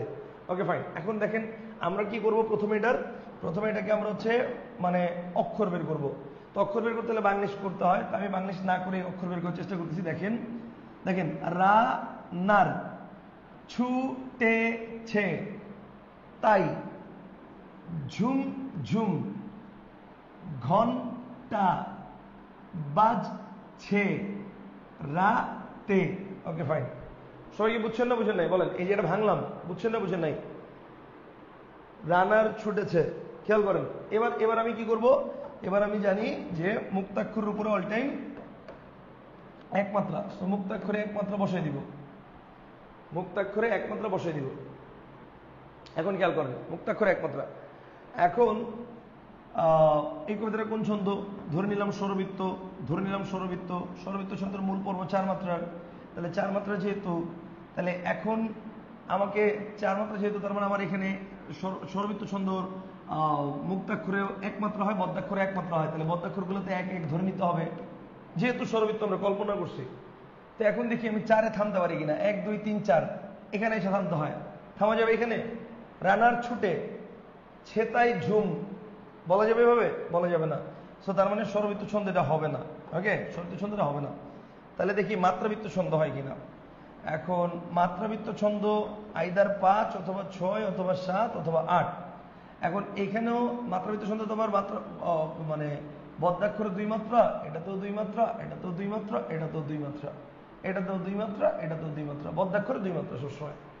এখন দেখেন বদ্যাক্ষরে 2 মাত্রা যেহেতু, তাহলে 1 2 3 4 5 6, খেয়াল করেন। তাহলে 1 2 3 4 5 6, এখানে আমরা থামতে পারি 6-এ। আবার দেখেন 2 4 6, তাহলে এখানে আমরা থামতে পারি 6-এ। আবার দেখেন 1 2 3 4 5 6, তাহলে এখানে আমরা থাকতে পারি 6-এ। আর এখানে হচ্ছে 1 2, তার মানে 6 + 6 + 6 + 2, দ্যাটস ইট। এই কবিতার বৈশিষ্ট্য হচ্ছে রানার ছুটেছে তাই ঝুমঝুম ঘন্টা বাজছে রাতে। সো এই কবিতাটা প্রথম লাইন যেটা, সেই লাইনটা হচ্ছে এভাবে বিশ্লেষণ করা আছে। বুঝছেন না বুঝেন নাই? বলেন, এটা কি বুঝছেন?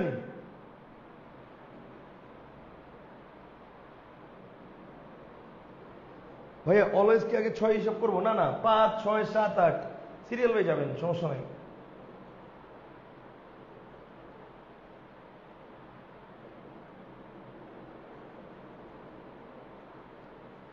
পার্থ সরকার বলছে ইউ কেন দিব? ডিরেক্ট একভাবে ধরা যাবে না, মানে আমি বুঝি নাই। ইউ দিবেন হচ্ছে, এটা তো সাইন, মুক্তাক্ষরের সাইন, এটা তো মুক্তাক্ষরের সাইন, সাইনটা বুঝার জন্য আর কি।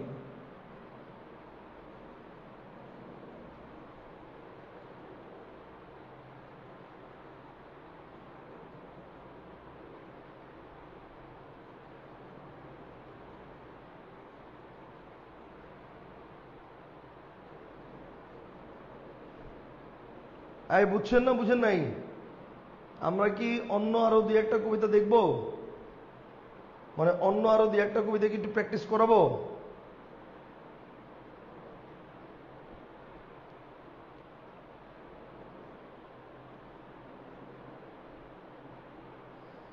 অন্য আরো 2-1টা কবিতা একটু প্র্যাকটিস করাবো? আসেন দাঁড়ান, সার্চ দিই একটু।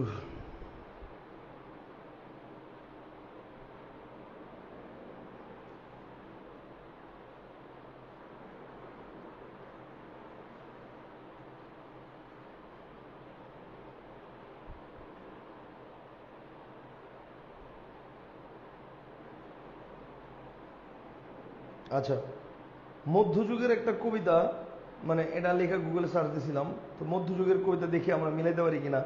মধ্যযুগের কবিতা একটা দিছিলাম, তো মধ্যযুগের কবিতার মধ্যে একটা কবিতা লাইন আসলো এরকম যে, বহুদিন পরে বধুয়া এলে দেখানো হইতো পরাণ গেলে, এতেক সহিল অবলা বলে ফাটিয়া যাইতো পাষাণ হলে।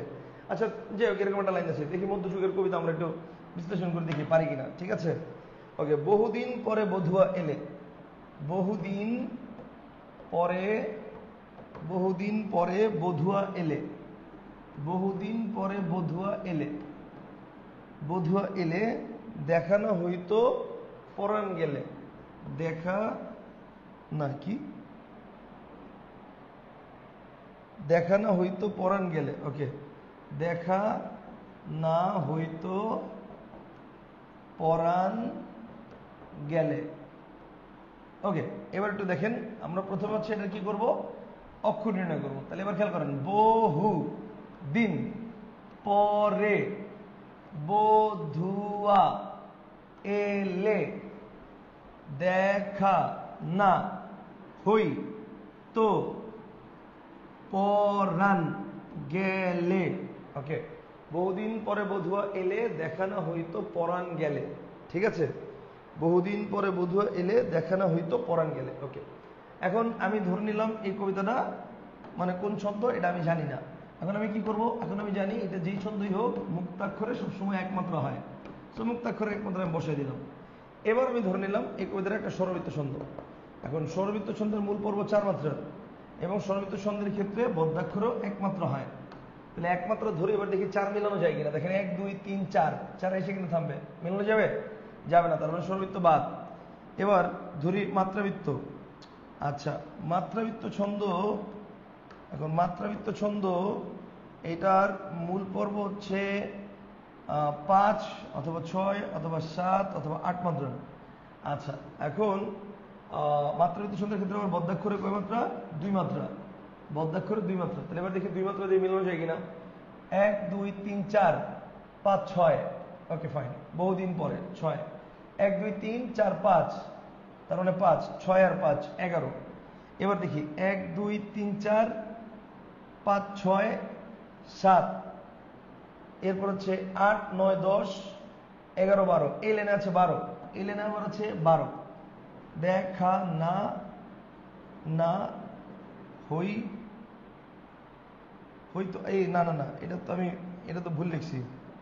হইতোর মধ্যে তো একমাত্রাই হবে, এবং হইতো তো মুক্তাক্ষর হবে।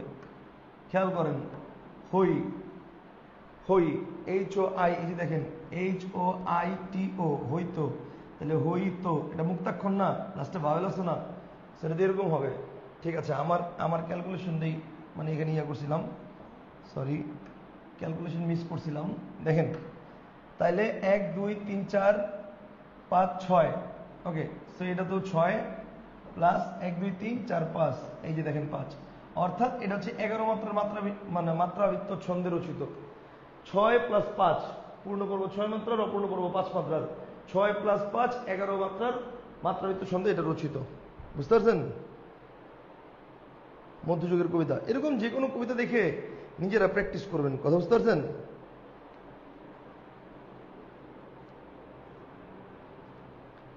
যে কোনো কবিতা দেখে দেখে প্র্যাকটিস করবেন। প্রয়োজনে আজকে রাতে আরো 2-4টা কবিতা থেকে প্র্যাকটিস করেন। প্র্যাকটিস করে যদি না বুঝেন তাহলে নেক্সট ক্লাসে আমার জিজ্ঞেস করেন, তাহলেও হবে, কোনো সমস্যা নাই। কনসেপ্টটা কি ক্লিয়ার? ওকে, তাহলে আমাদের আজকের আলোচনা এখানে ইতি। আমি আজকে রাতেই ইনশাল্লাহ আপনাদেরকে আমি ঘুমের আগে পোস্ট করে জানাবো যে আপনাদের সাহিত্যের ক্লাস আমি পরশুদিন বা তারপরের দিন কবে থেকে শুরু করব। ঠিক আছে, এক্স্যাক্টলি জানিয়ে দিব, সমস্যা নেই। ওকে, তাহলে আজকের মধ্যে এখানে ইতি করছি। আশা করি বিরক্ত শব্দ নিয়ে, বাংলা অভিধান নিয়ে এবং ছন্দ নিয়ে যে 3টা আপনাদের জানার বিষয় ছিল, এই 3টা নিয়ে আপনাদের প্যাচ লাগবে না। ঠিক আছে, আজকের মধ্যে এখানে ইতি। ভালো থাকবেন, আল্লাহ হাফেজ, আসসালামু আলাইকুম, বাই।